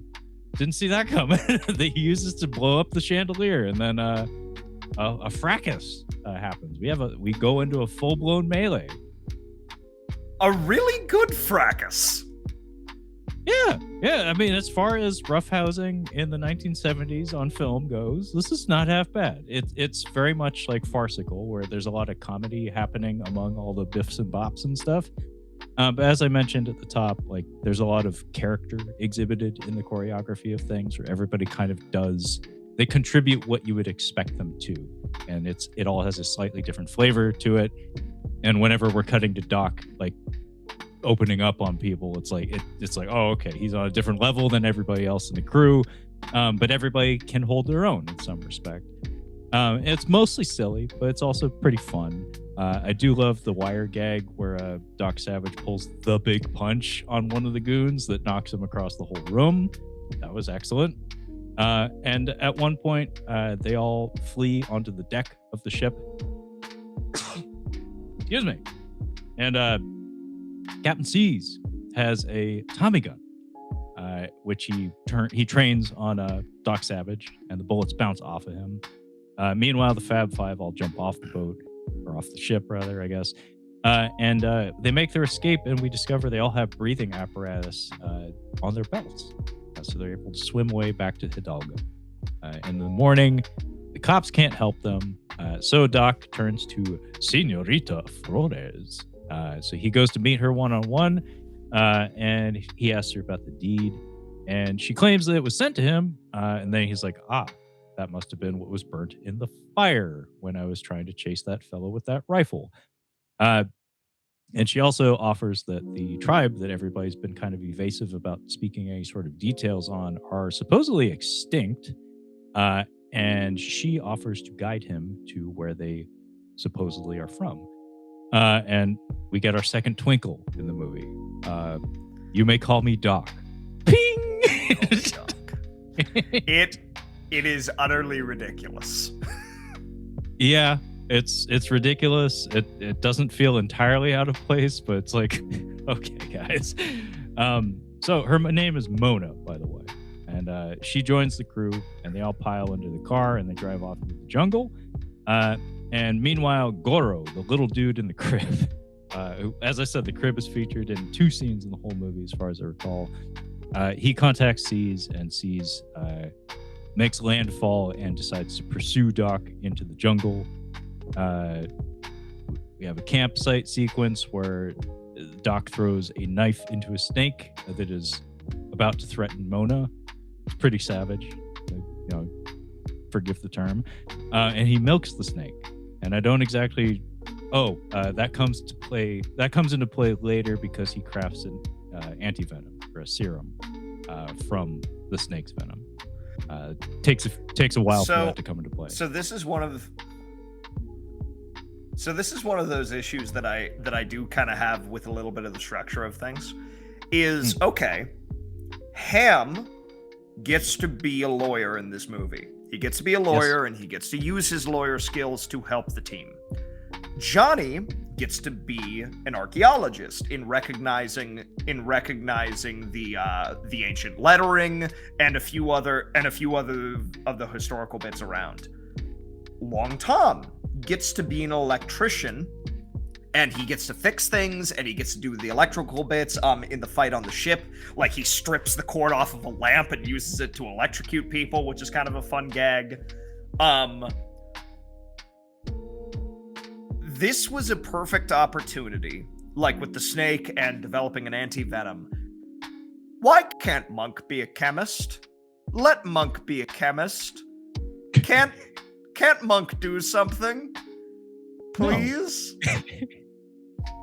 It's like Monk this is mostly here to knock down doors. Yeah, and to cook? I mean, I don't know. In terms of practical contributions, it's like he helps them get out of the cave because habeas corpus, he taught him a trick that helps them get free.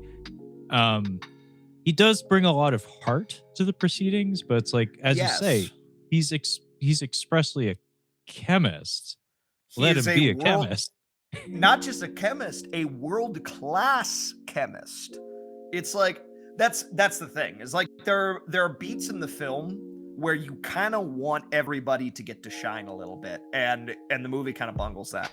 One other detail is, so Doc stabs the snake and develops the anti-venom, and I think it's Johnny who says, like, why, it's the spitting image of the snake from that man who attacked us in New York City.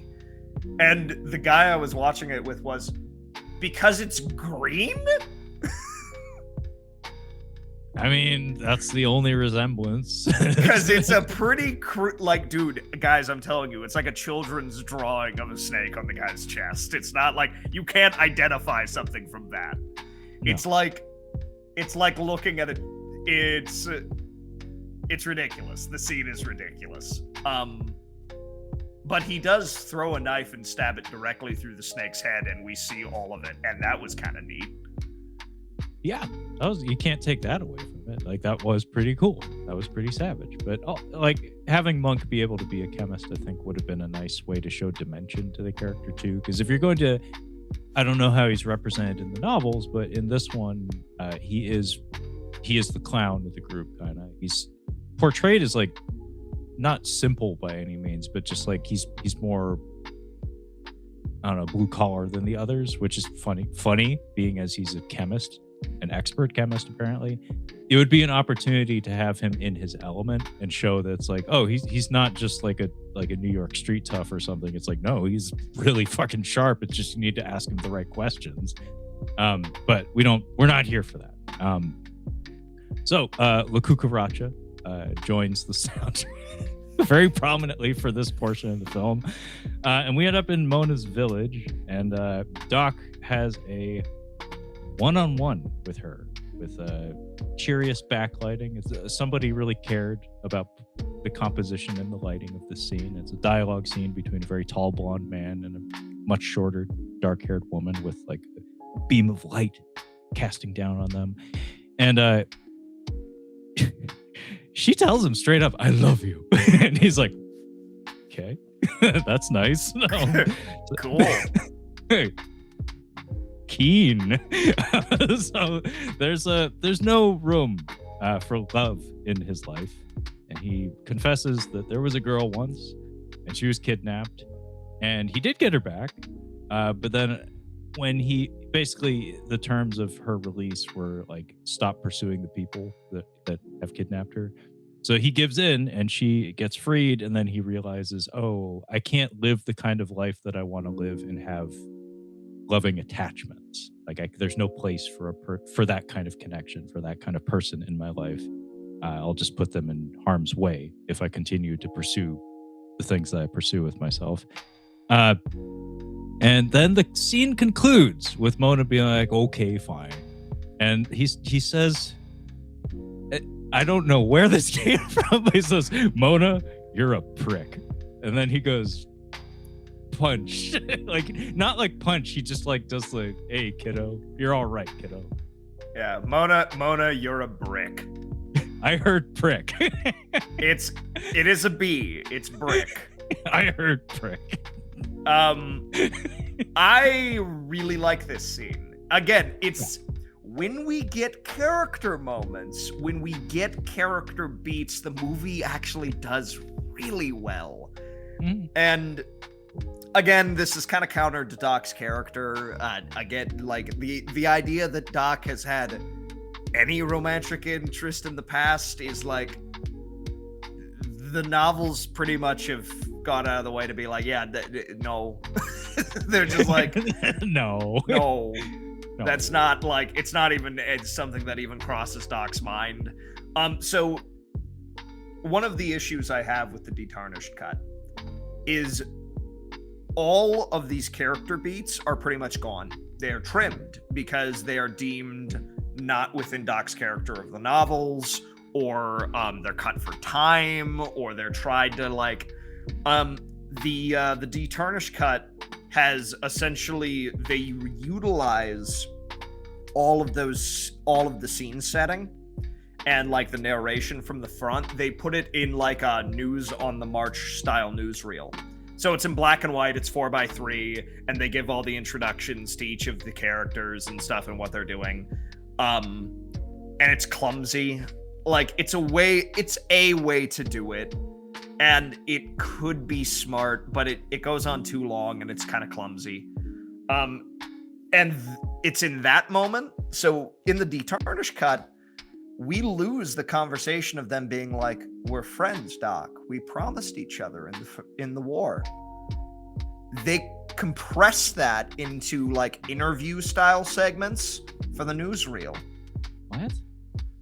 Where it's like, they've been together since the war, and that line of like, we promised each other we'd stick together. And like, that's like as if the news crew was interviewing them. So that scene's gone. Huh. And the whole bit about Doc saying, listen, I loved once, but that was a problem, that's gone too, because that's counter to Doc's character in the novels. The problem is that it's a very good character beat and a good acting moment for Ely. And it's also a good moment for the film to slow down.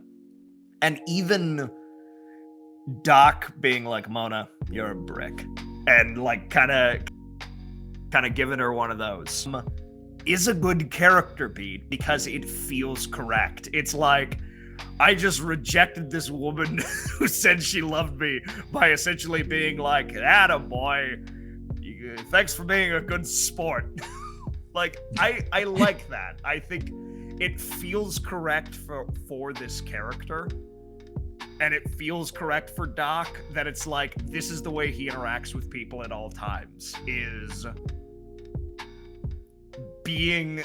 trying to be a good sport, and he's not recognizing the situation. It's sort of the difference between like something like this character in Christopher Reeve's Superman, who is very kind of playful and like a little flirty with Lois Lane in that rooftop scene and everything. It's like, I don't think Doc knows what's going on. I don't think Doc could talk to a woman in that way at all. It's a good character moment. I like this scene. I really do. Yeah, like contrary to like whatever my tone might have suggested, I liked it too. I thought it was set up and played very well, and it does support the idea that like maybe Doc doesn't really understand this particular dynamic between people or gender. So she basically is like that. That's the end of it. Like we don't try to revisit that or anything like that. This actually serves an important piece in the narrative where it's like this whatever you the viewer may have hoped for or expected between these two characters, we're not doing that. That's not why we're here. So it's closed off basically, and then we have a montage. The entire Doc Savage theme song, the entirety of it plays as they ride, and the setting, the venue changes throughout. So we go from the jungles up into the mountains, and they start wearing ponchos, and it starts getting snowy. It is a full ass song that transpires here. So we're up in the snow, and we have some matte paintings displaying the edge of the world, as they call it, which is essentially like a cliff face in the snowy mountains, kind of that descends straight down into like an Amazonian valley of sorts. And the guide ditches them at this point, and they're trying to figure out how to get down there. And very quickly, Doc, with the understanding that his father figured this puzzle out, he whips out like a handy dandy special decoder lens or something that he has. And he holds it up to a rock face, and he sees dots and dashes on it. So he's like, oh, Morse code. And it's the Latin name for some sort of plant life. And then he look around, and oh, hey, there's a bush. And wouldn't you know it, the secret entrance to the valley is behind a bush. Monk does do something. He chimes in, and he's just like, that's a type of tropical bush. Yeah. Like, right off the bat with the name of it. He's just like, oh, I know exactly what that is. And they turn, and they're like, oh, hey. Yeah, a bush. So, yeah, the great mystery is solved by peering behind a bush. You mean nobody tried that? One other thing I would like to point out in their journey is there's a moment where they're not sure where to go. The path goes cold, and they knock on a hollow tree that makes a clanging sound, and they're like, that way. And then that's the end of that scene. So presumably on the map, it's like, at the hollow clanging tree, you go west. Sure. I mean, information that would have been useful to me yesterday, but whatever. So they descend into the valley on horseback, and there's just a little bit of shenanigans, like nothing crazy or anything. Just the trail's a little shaky, and they find a pool of gold.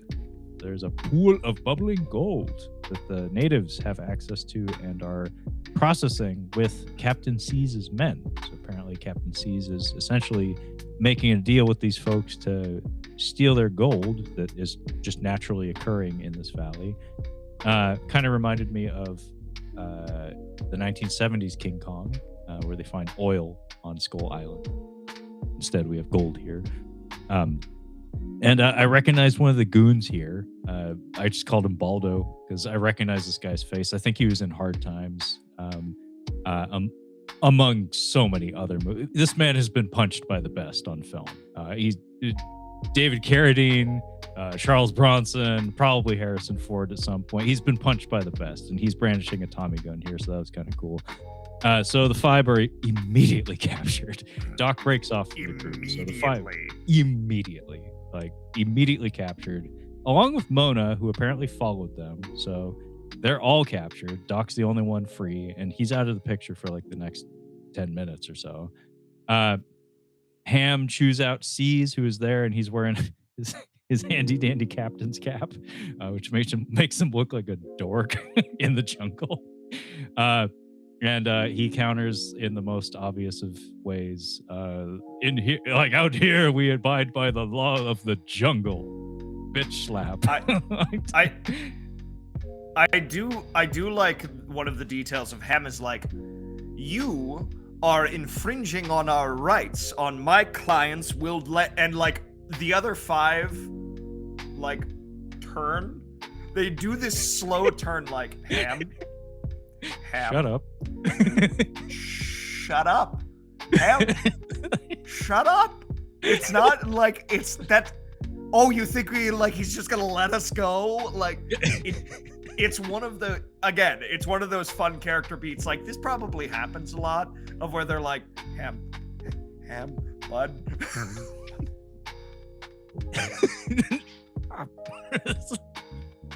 Yeah, no, it's a good beat. And he gets bitch slapped by Captain C's, who says, "The law of the jungle." And Monk steps up, and this is an important character beat where he like tackles Captain C's on Ham's behalf. He comes to his aid, puts himself at risk, puts himself in harm's way for the sake of, probably in his own words, a buddy or a pal.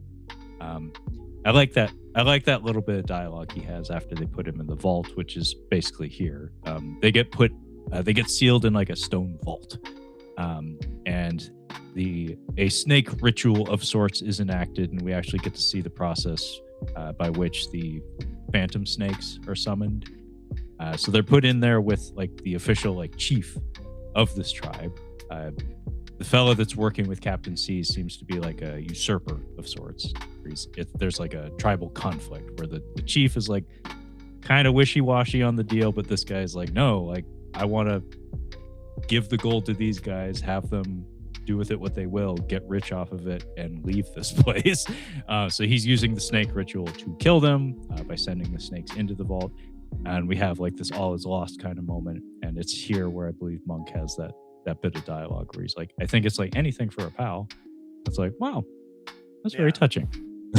Like it's very simple, but effective.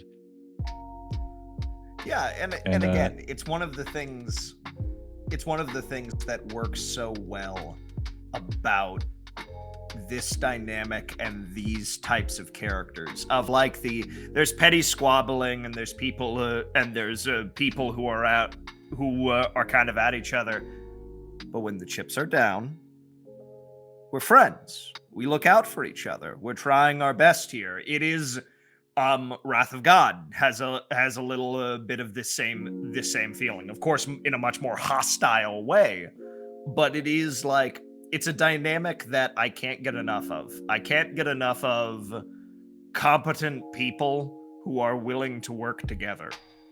I like that. I like that in my fiction. Yeah, there's an infectious quality to it.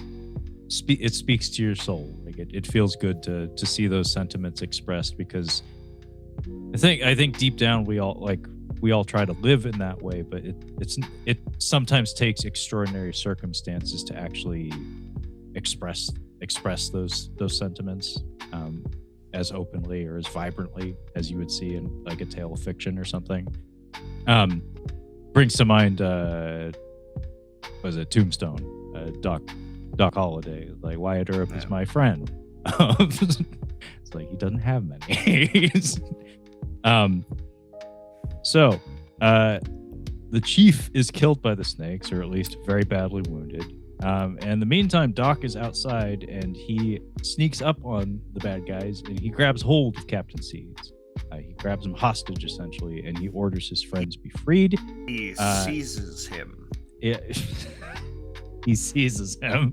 He seizes Captain Seeds, and he gives in. He opens the vault, and immediately Doc hands all of his buddies the antidote, the anti-venom. And we do see that a lot of them have been bitten, but they're not yet dead.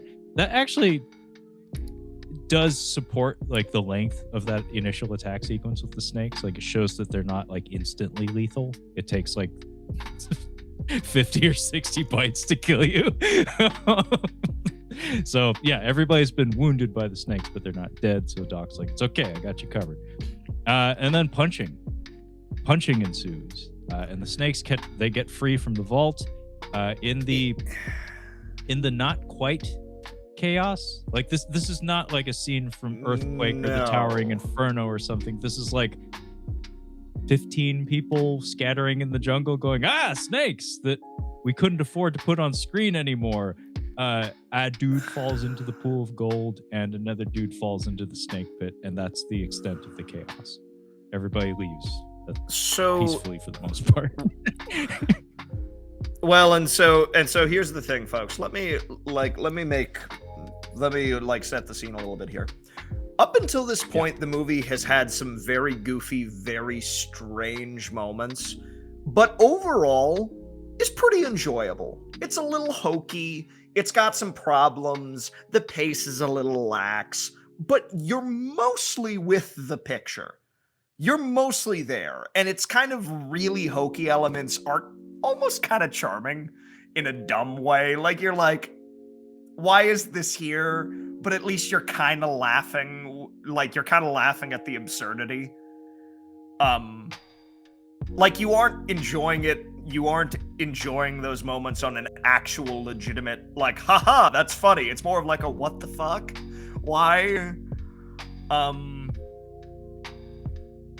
It is at the point where they enter the jungle camp with the molten gold that the movie, again, this is the last like 15 minutes of the picture, just goes completely off the doggone rails. Like, it goes from flawed but charming to why did like everyone did everyone just fall apart? Did the director go on a bender? Like, every single thing that you thought, that I personally thought this movie was going to be, when people were like, it's camp and it's ridiculous and they do all this stuff, single thing that I feared the entire movie would be, which it wasn't, is jam-packed into the last 15 minutes. Almost to a point that it made me and my friend look at each other like, did that just ruin the whole movie and burn up all the goodwill it had? It might have. So Trevor, do tell the audience what elements comprise of our big finale here. It went from earnest and slightly campy to just straight up betrayal. In the words of Noah Antweiler / the Spoony one. So Captain C's and Doc Savage square off. As I said, we have our jungle evacuation, which it's on paper, it's supposed to be like, oh, there's chaos in the jungle and like a huge crowd of people like are scrambling and tumbling over each other. We need a whole gang of stunt players to make it look like a mass evacuation event or something, because there's phantom snakes everywhere. It's mass hysteria. It's like 12 people and like a couple of guys get hurt, like maybe somebody twists an ankle or something. It's very brief and it doesn't look very impressive, which leaves our two major players. We have our chief protagonist and our antagonist. Both big fellas. They both look like they can throw hands. And then they tackle each other, and Captain C's rolls up onto his knees, and then hump. And then a caption appears on the screen for the first time in the entire film, except for location changes. And the single word sumo appears. And Doc reciprocates the pantomime of stomping his feet. And then I think we cut away. We don't actually show them wrestle with each other. But like this, as soon as that sumo, as soon as the body language started, as soon as the pantomime of the sumo wrestling happened and the caption showed up, I said, oh no. And what in the fuck? Like every 5 seconds, it was just, what in the fuck? What in the fuck? It is with the start of that fight that you're like, wow, the editing's a little looser, and wow, this evacuation isn't very good, and you know, we're kind of cutting to it at weird times, and like, I just feel like the edit is way looser, and then that caption appears, and you're like, oh, we're in trouble. Oh no, like it's the difference where you hear your engine when you're driving. You're like, well, that sounds strange, like it's firing kind of in a weird manner, like maybe I should maybe I should put in like some cleaner to like, make sure everything's running right. Like maybe the feed isn't good. And then like you watch your temperature rise and you're like, oh no. Like it that's what happens with this caption. You're like, oh no, the movie's dying. Oh God. Yeah, the gasket blew. So yeah, it's not just sumo. It's kung fu, it's tai chi, and my captions in my notes literally say, "What in the fuck am I watching?" Doc's shirt comes off at one point. We do some karate. We do some bojutsu. As it should. We do as some, it is tradition. Yeah, no, I expected that. We have fisticuffs at the pugilism, basically boxing.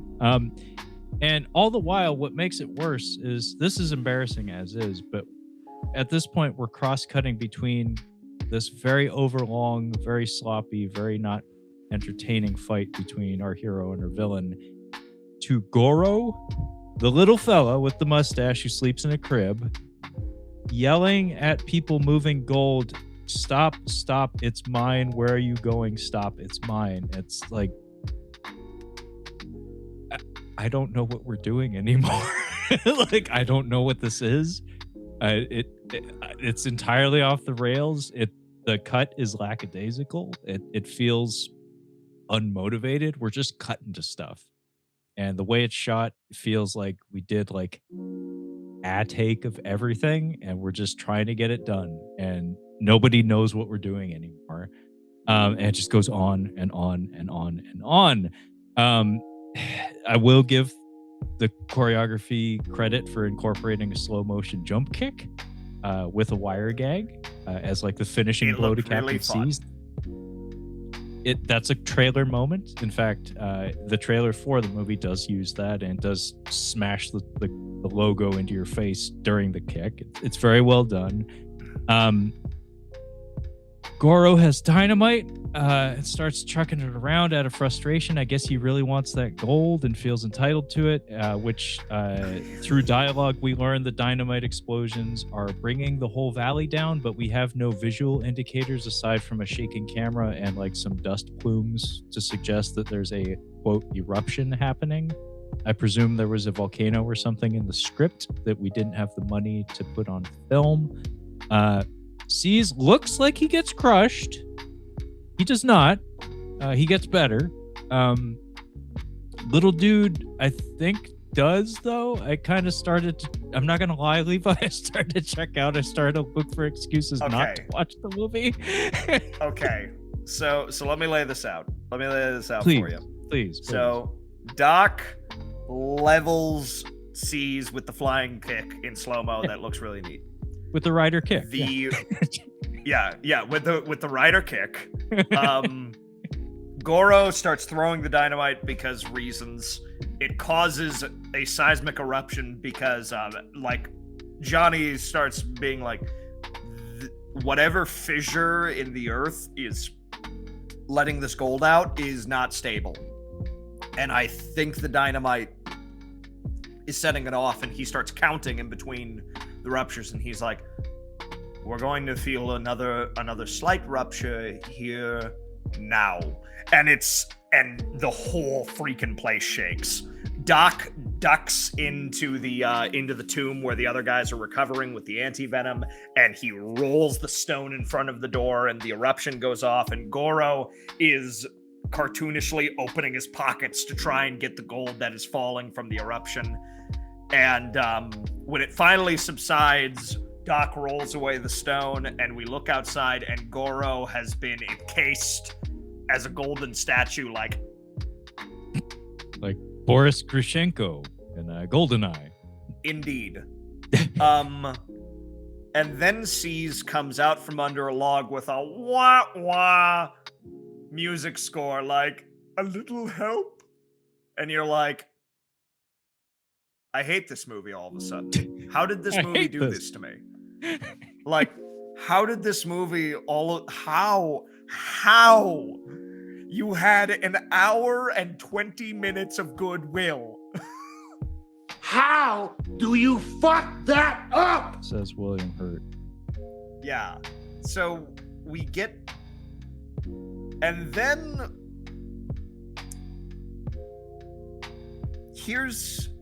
we lay that out, we go, and they're like, congratulations, Doc, you saved us.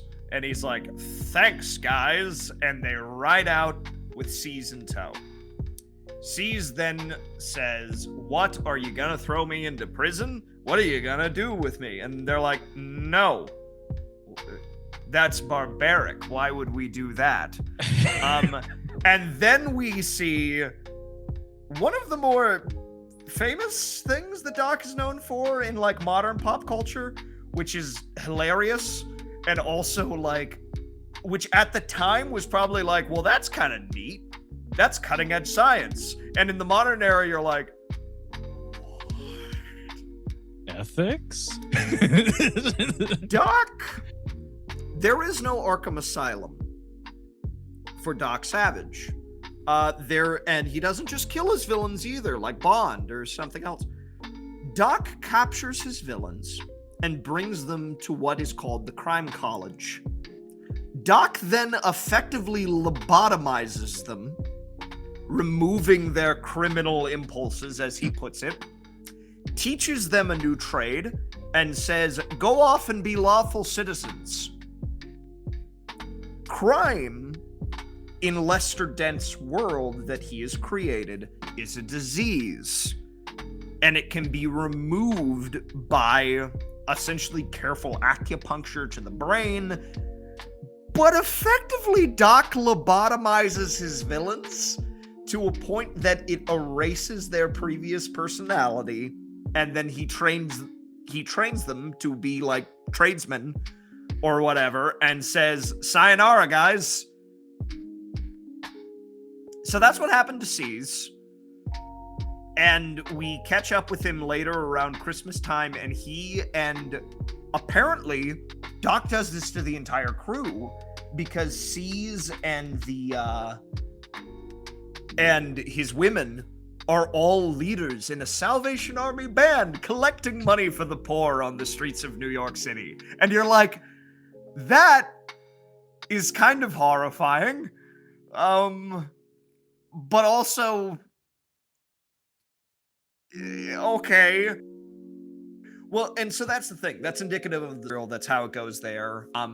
Later authors have kind of played with that a little bit. Like, are you serious? Holy hell. Like, oh God. Like, and it's played as an interesting contrast with, Doc Savage has crossovers with the Shadow. The Shadow just freaking kills everybody. He just kills all of his villains. There are almost no repeat villains in the Shadow's Rogues Gallery. It's like, he does sometimes. Walter Gibson essentially invented this system where he would have 3 boxes for all of his characters. It was like dead, in hiding, active. So whenever he created a new character for any reason, he would file them into the 3 boxes. So that way he wouldn't get cut at. Gibson wrote 330 Shadow novels. Like, Gibson was a machine. I think he still holds the record for most words written on a single fictional subject. The guy was a doggone machine. So the idea is that so he would never reuse a character twice if they were dead, and he would never get confused. He had this card catalog system. The thing is that because of that, most of the Shadow's villains end up dead. But it's really funny in crossovers because Doc is like, we've subdued them.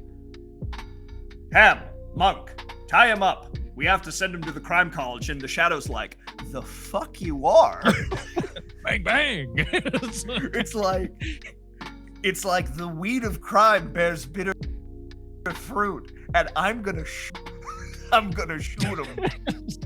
One of the other details for Doc is he specifically, if he can help it, doesn't like, he invented what is called mercy bullets. So it's like they're bullets that essentially explode on impact, but they have like a noxious gas in them. So like pretty much all of his tools are non-lethal. Actually to a point that like Monk and Ham sometimes complain. They're just like, I just wish there was real bullets in this stupid thing. But so all of this is focused around Doc is like, crime is a disease, and we have the ability to cure that. Why would I kill them when they can become functioning citizens and members of society? And you're like, Doc, in practice, that's fucked up. So that happens to Captain C's, and we see him later on the streets, and Doc is out shopping for Christmas. We see his neat 1930s answering machine, which is a record lathe and like a little mechanical piece that lifts the phone up to one phonograph that plays as like, hey guys, I'm not here right now. And then it drops the lathe on another record that essentially records the message. And it's one of his guys saying, help, help, I'm down at the corner drugstore on this street, millions are gonna die. Doc comes in, hears the message, gets in the car to the Philip D'Souza music, and rides off into the sunset. So the movie ends on the whimperest of whimpers. And the only, like, within the structure that we already have, in my mind, C's needs the ironic death of being the golden statue, and Goro is who you lobotomize. You have to change that around.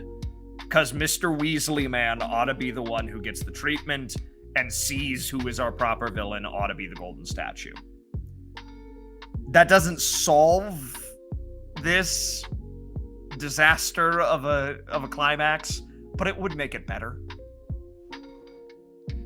Yeah, I totally see that. Like switching those two around would make more sense to me. Showing C's rehabilitated to play an accordion and do charitable work is, I don't know how great of a trade that is, but you know, if you say it's adhering to the the canon of the character, then I guess it has a place here for sure. The sequel tease at the end was not the best of notes to go out on.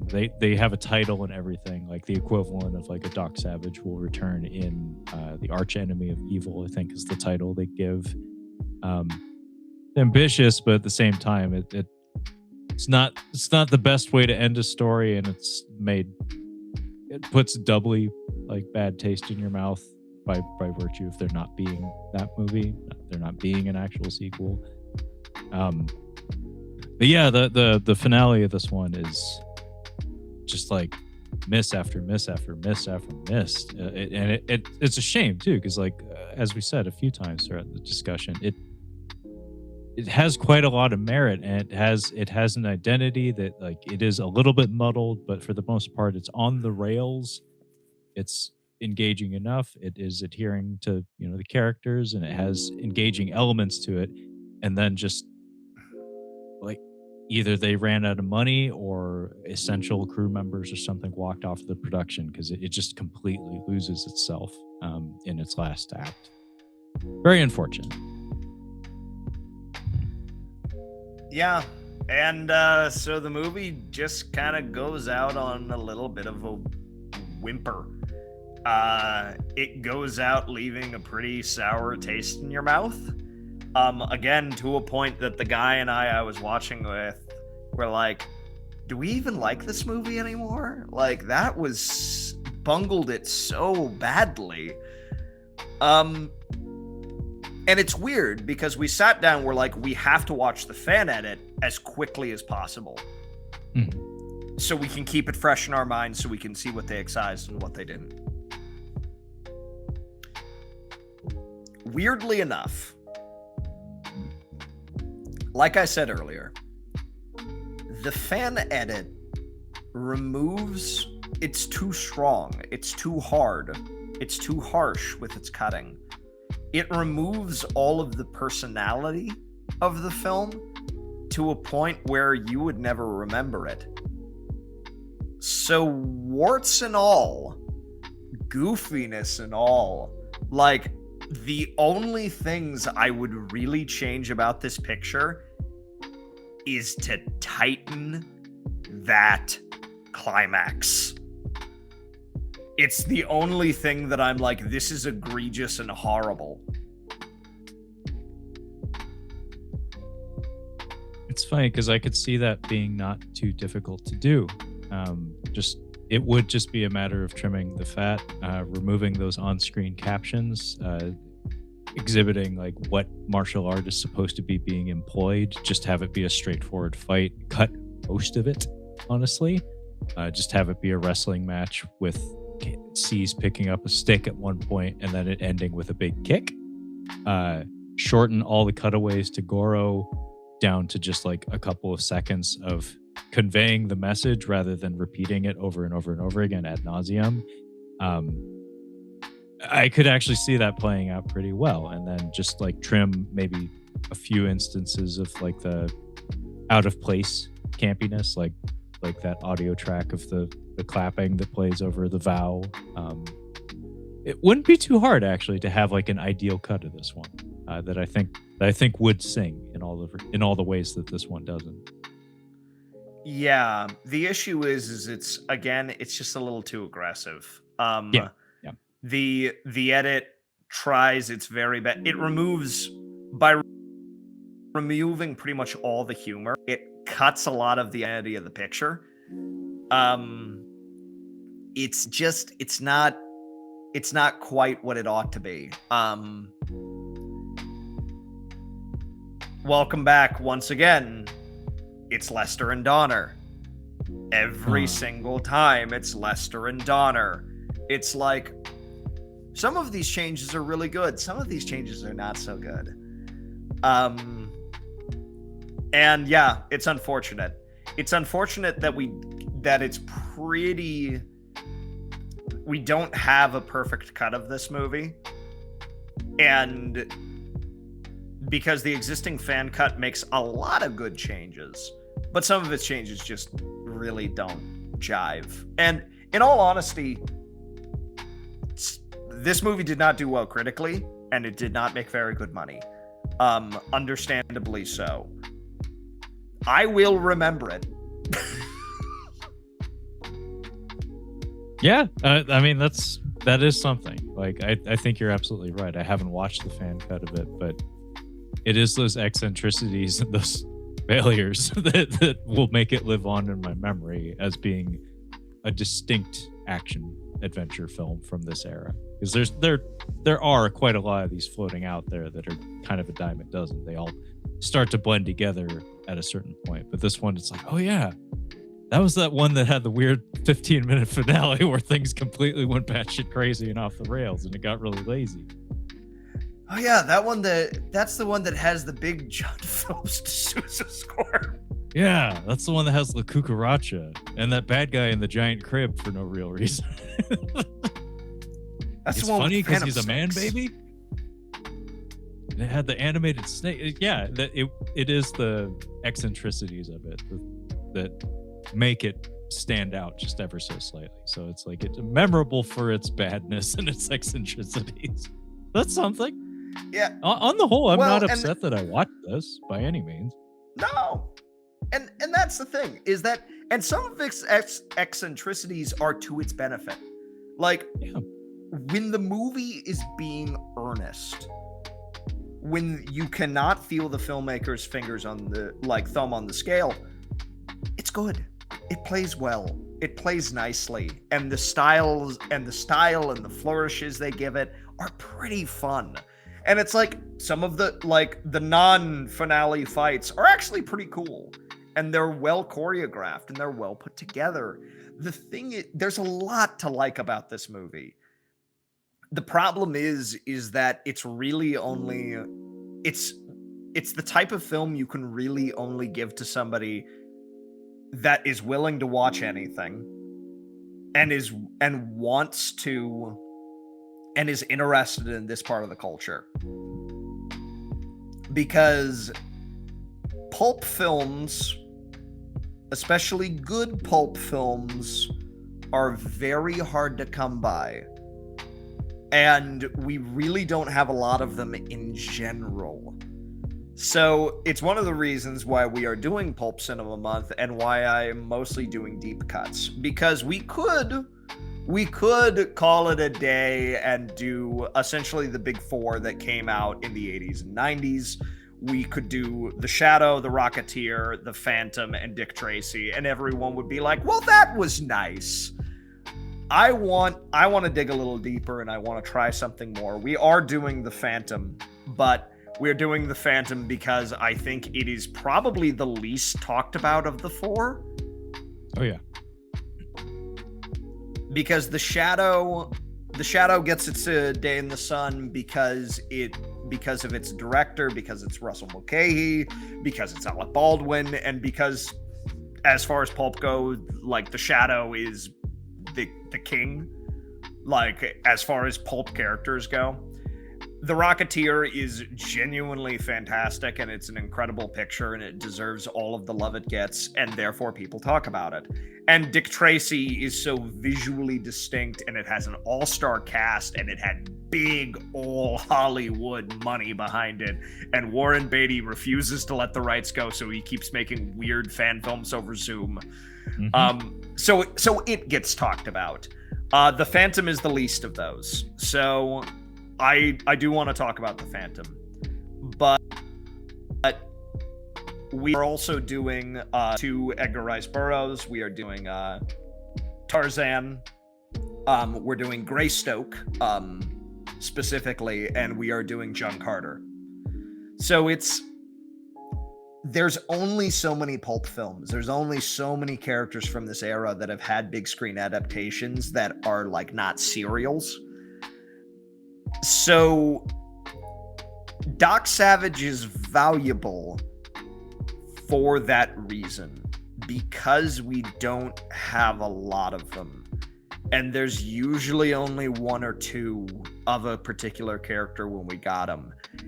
Like, we can afford to tell people, hey guys, you should probably stay away from Batman v Superman, because we have good Batman movies and good Superman movies. If you want pulp cinema, you can't really avoid Doc Savage, because it's one of the few we got. Yeah, and it's also it's the only one that I was not aware of prior to talking to you about this Pulp Cinema Month project. Levi, as you can probably tell, he's spearheading this. Like, we're trading off like creative direction for the programming for the podcast from month to month. It seems it's kind of fun that way. I like it. And Pulp Cinema is very much your lane, more so than mine. And when you're talking about like programming decisions, and the whole way this came about, dear listener and hopefully viewer, is Levi informing me that he watched the Doc Savage film, and my reaction was, there's a Doc Savage film? Because I know enough to know what a Doc Savage is, but all the other films that Levi has mentioned, I knew, and I've seen most of, actually, like most of them. This was like the one exception where I was like, that happened? And then what's more, we kept going back and forth, and I asked, like, when did that happen? He said 1975, and I was like, that sounds like exactly the wrong time to make that movie. And I think I've been proven correct. Like, as you said, the timeline, it's like it's pre-Superman and it's pre-Raiders of the Lost Ark. It was too early. It was the wrong time. It was exactly the wrong time for this. I don't know when the right time would have been, but not 1975. Like, I would have been very curious to see a 1990s version of Doc Savage. Like, if you're doing the big pulp revival, which apparently we were doing in the late 80s and mid 90s, that would have, I think, been the time, except for, I'm sure, Warner Brothers or whoever was burned by this one in 1970s and said, no, we'll try our hand with the Phantom. We don't need a Doc Savage right now. And also just the history of the character, it felt very appropriate to kind of kick things off with him. And I'm really excited for to revisit the rest of the films this month. Also, John Carter's the only other one to think that I haven't seen. So there's a lot of surprises for me this month. Well, and it's another reason I love this stuff, not only because I love the characters, is all these films are underdogs. All of them are underdogs. It's like these characters don't make a whole lot of money at the box office, and usually they're flawed for various reasons. Pretty much the only two characters that I can think of that are from this era that have really made money, Conan and Zorro. Conan and Zorro have made money back. Continue over and over again. And of course Tarzan, because holy crap, we have so much Tarzan. There's a whole lot of Tarzan. There's like 80 Tarzan movies. There's a lot of Tarzan. But Greystoke is not talked about anymore, like at all. So it's one of the reasons why I chose it. As for a good Doc Savage movie, there is one. There is one good Doc Savage movie. Only because it is a spiritual successor. Buckaroo Banzai Across the Eighth Dimension is Doc Savage for the 80s. Through and through. Hey, we did cover that on Catching Up on Cinema, but not without the privilege of having insider knowledge on Doc Savage. So maybe don't listen to that episode. The structure of it, the whole, well, Buckaroo Banzai is a physicist, brain surgeon, and rock star, is Doc. The Hong Kong Cavaliers are the Fabulous Five. They even have are you Pecos? No, Pecos is in South America. Like a Doc novel. We have callbacks to all of the previous adventures. We have sci-fi elements mixed with fantasy elements. We have the continuing insistence of like, well, all of this can be explained through scientific means. We have the callback to classic radio with War of the Worlds and Orson Welles and sort of his connections to these pulp characters through guys like The Shadow and also a classic work like H.G. Wells. It's all of the elements of what makes Doc and pulps and like pulp stories work, and what make them fun and interesting, and what it feels like picking up. Again, there was 180 Doc Savage novels. Picking up issue 47 of like one of those Bantam reprints, that's what it feels like. It feels like Buckaroo Banzai. Wait, he can do all this stuff, and who's this guy? And wait, the chemist has a pig, and like it's all of these elements that Banzai does perfectly. It is the best Doc Savage movie we got because it perfectly emulates the feeling of picking up one of those old pulp magazines. And it's also a pretty fun movie. And it also notoriously did not do well. Yeah. I think it was probably alienating to a lot of people, but clearly a lot of love and passion went into it. There's one moment that comes to mind that kind of signifies what you're referencing there. It's like a chunk of a ongoing canon, like a sprawling story told across so many chapters and novels and stuff. There's a scene in Buckaroo Banzai where Jeff Goldblum they're walking through a room and he just points, he says, "Why is there a watermelon there?" And nobody draws attention to it but him. And he's like, "Why is there a watermelon?" And it's a reference to that style of storytelling where it's like, it's okay. Like the people in the know will know why that melon is there. You don't. That's fine. Well, and one of the guys specifically says, "I'll tell you later." There is no later. There is no later. That's the kind of ride it we're is in for.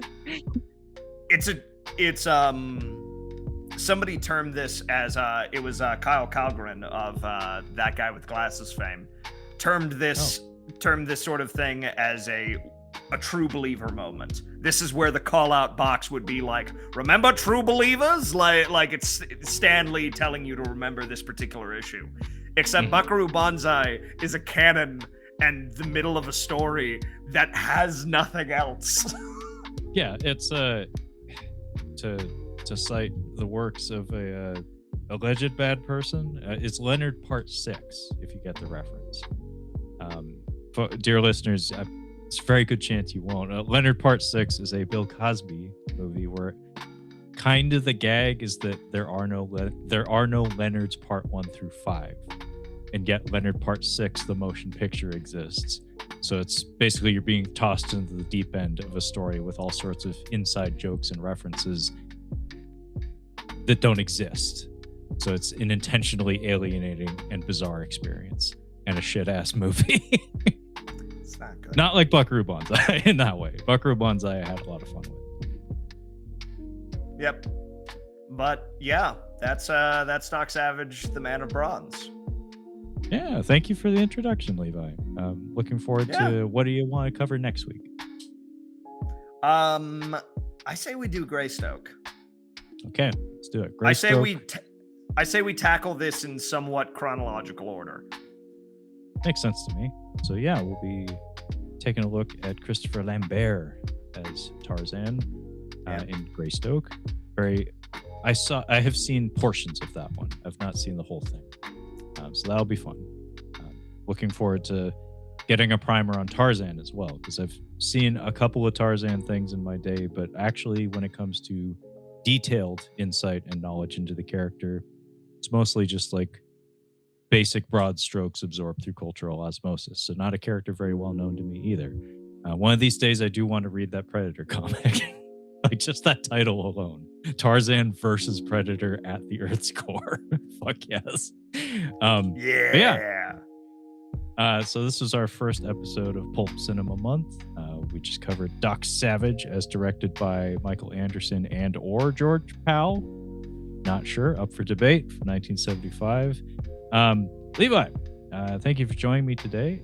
Would you care to let our listeners and or viewers know where they can find you and your awesome YouTube channel? You can find me over at Your Captain Speaking. I talk about stuff like this, only in book form. It's Alpha's back, in book form. It's but I talk about characters like Doc Savage. I haven't done a Doc episode. I'd like to do a Doc episode. But I talk about all of these pulp and men's action characters over on my channel. I talk about the books specifically as an encouragement for people to read. All of Doc's adventures are about 100 to 150 pages. You can knock them out in an afternoon. They're a ton of fun, and they're available for fairly inexpensive in those little Bantam reprints from the 70s.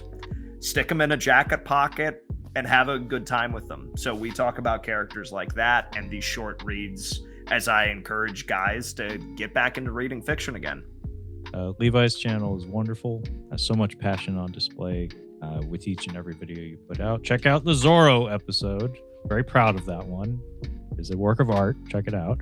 And yeah, looking forward to a Doc Savage episode, because just talking to you today, it seems like got a pretty decent foundation for it. Doing a little extra research and putting some, polish on that edit. I bet you could make something pretty cool with it. As for myself, you've been listening to it and or watching it. The show's called Catching Up on Cinema. We do movie reviews from week to week. And we're in the midst of Pulp Cinema Month.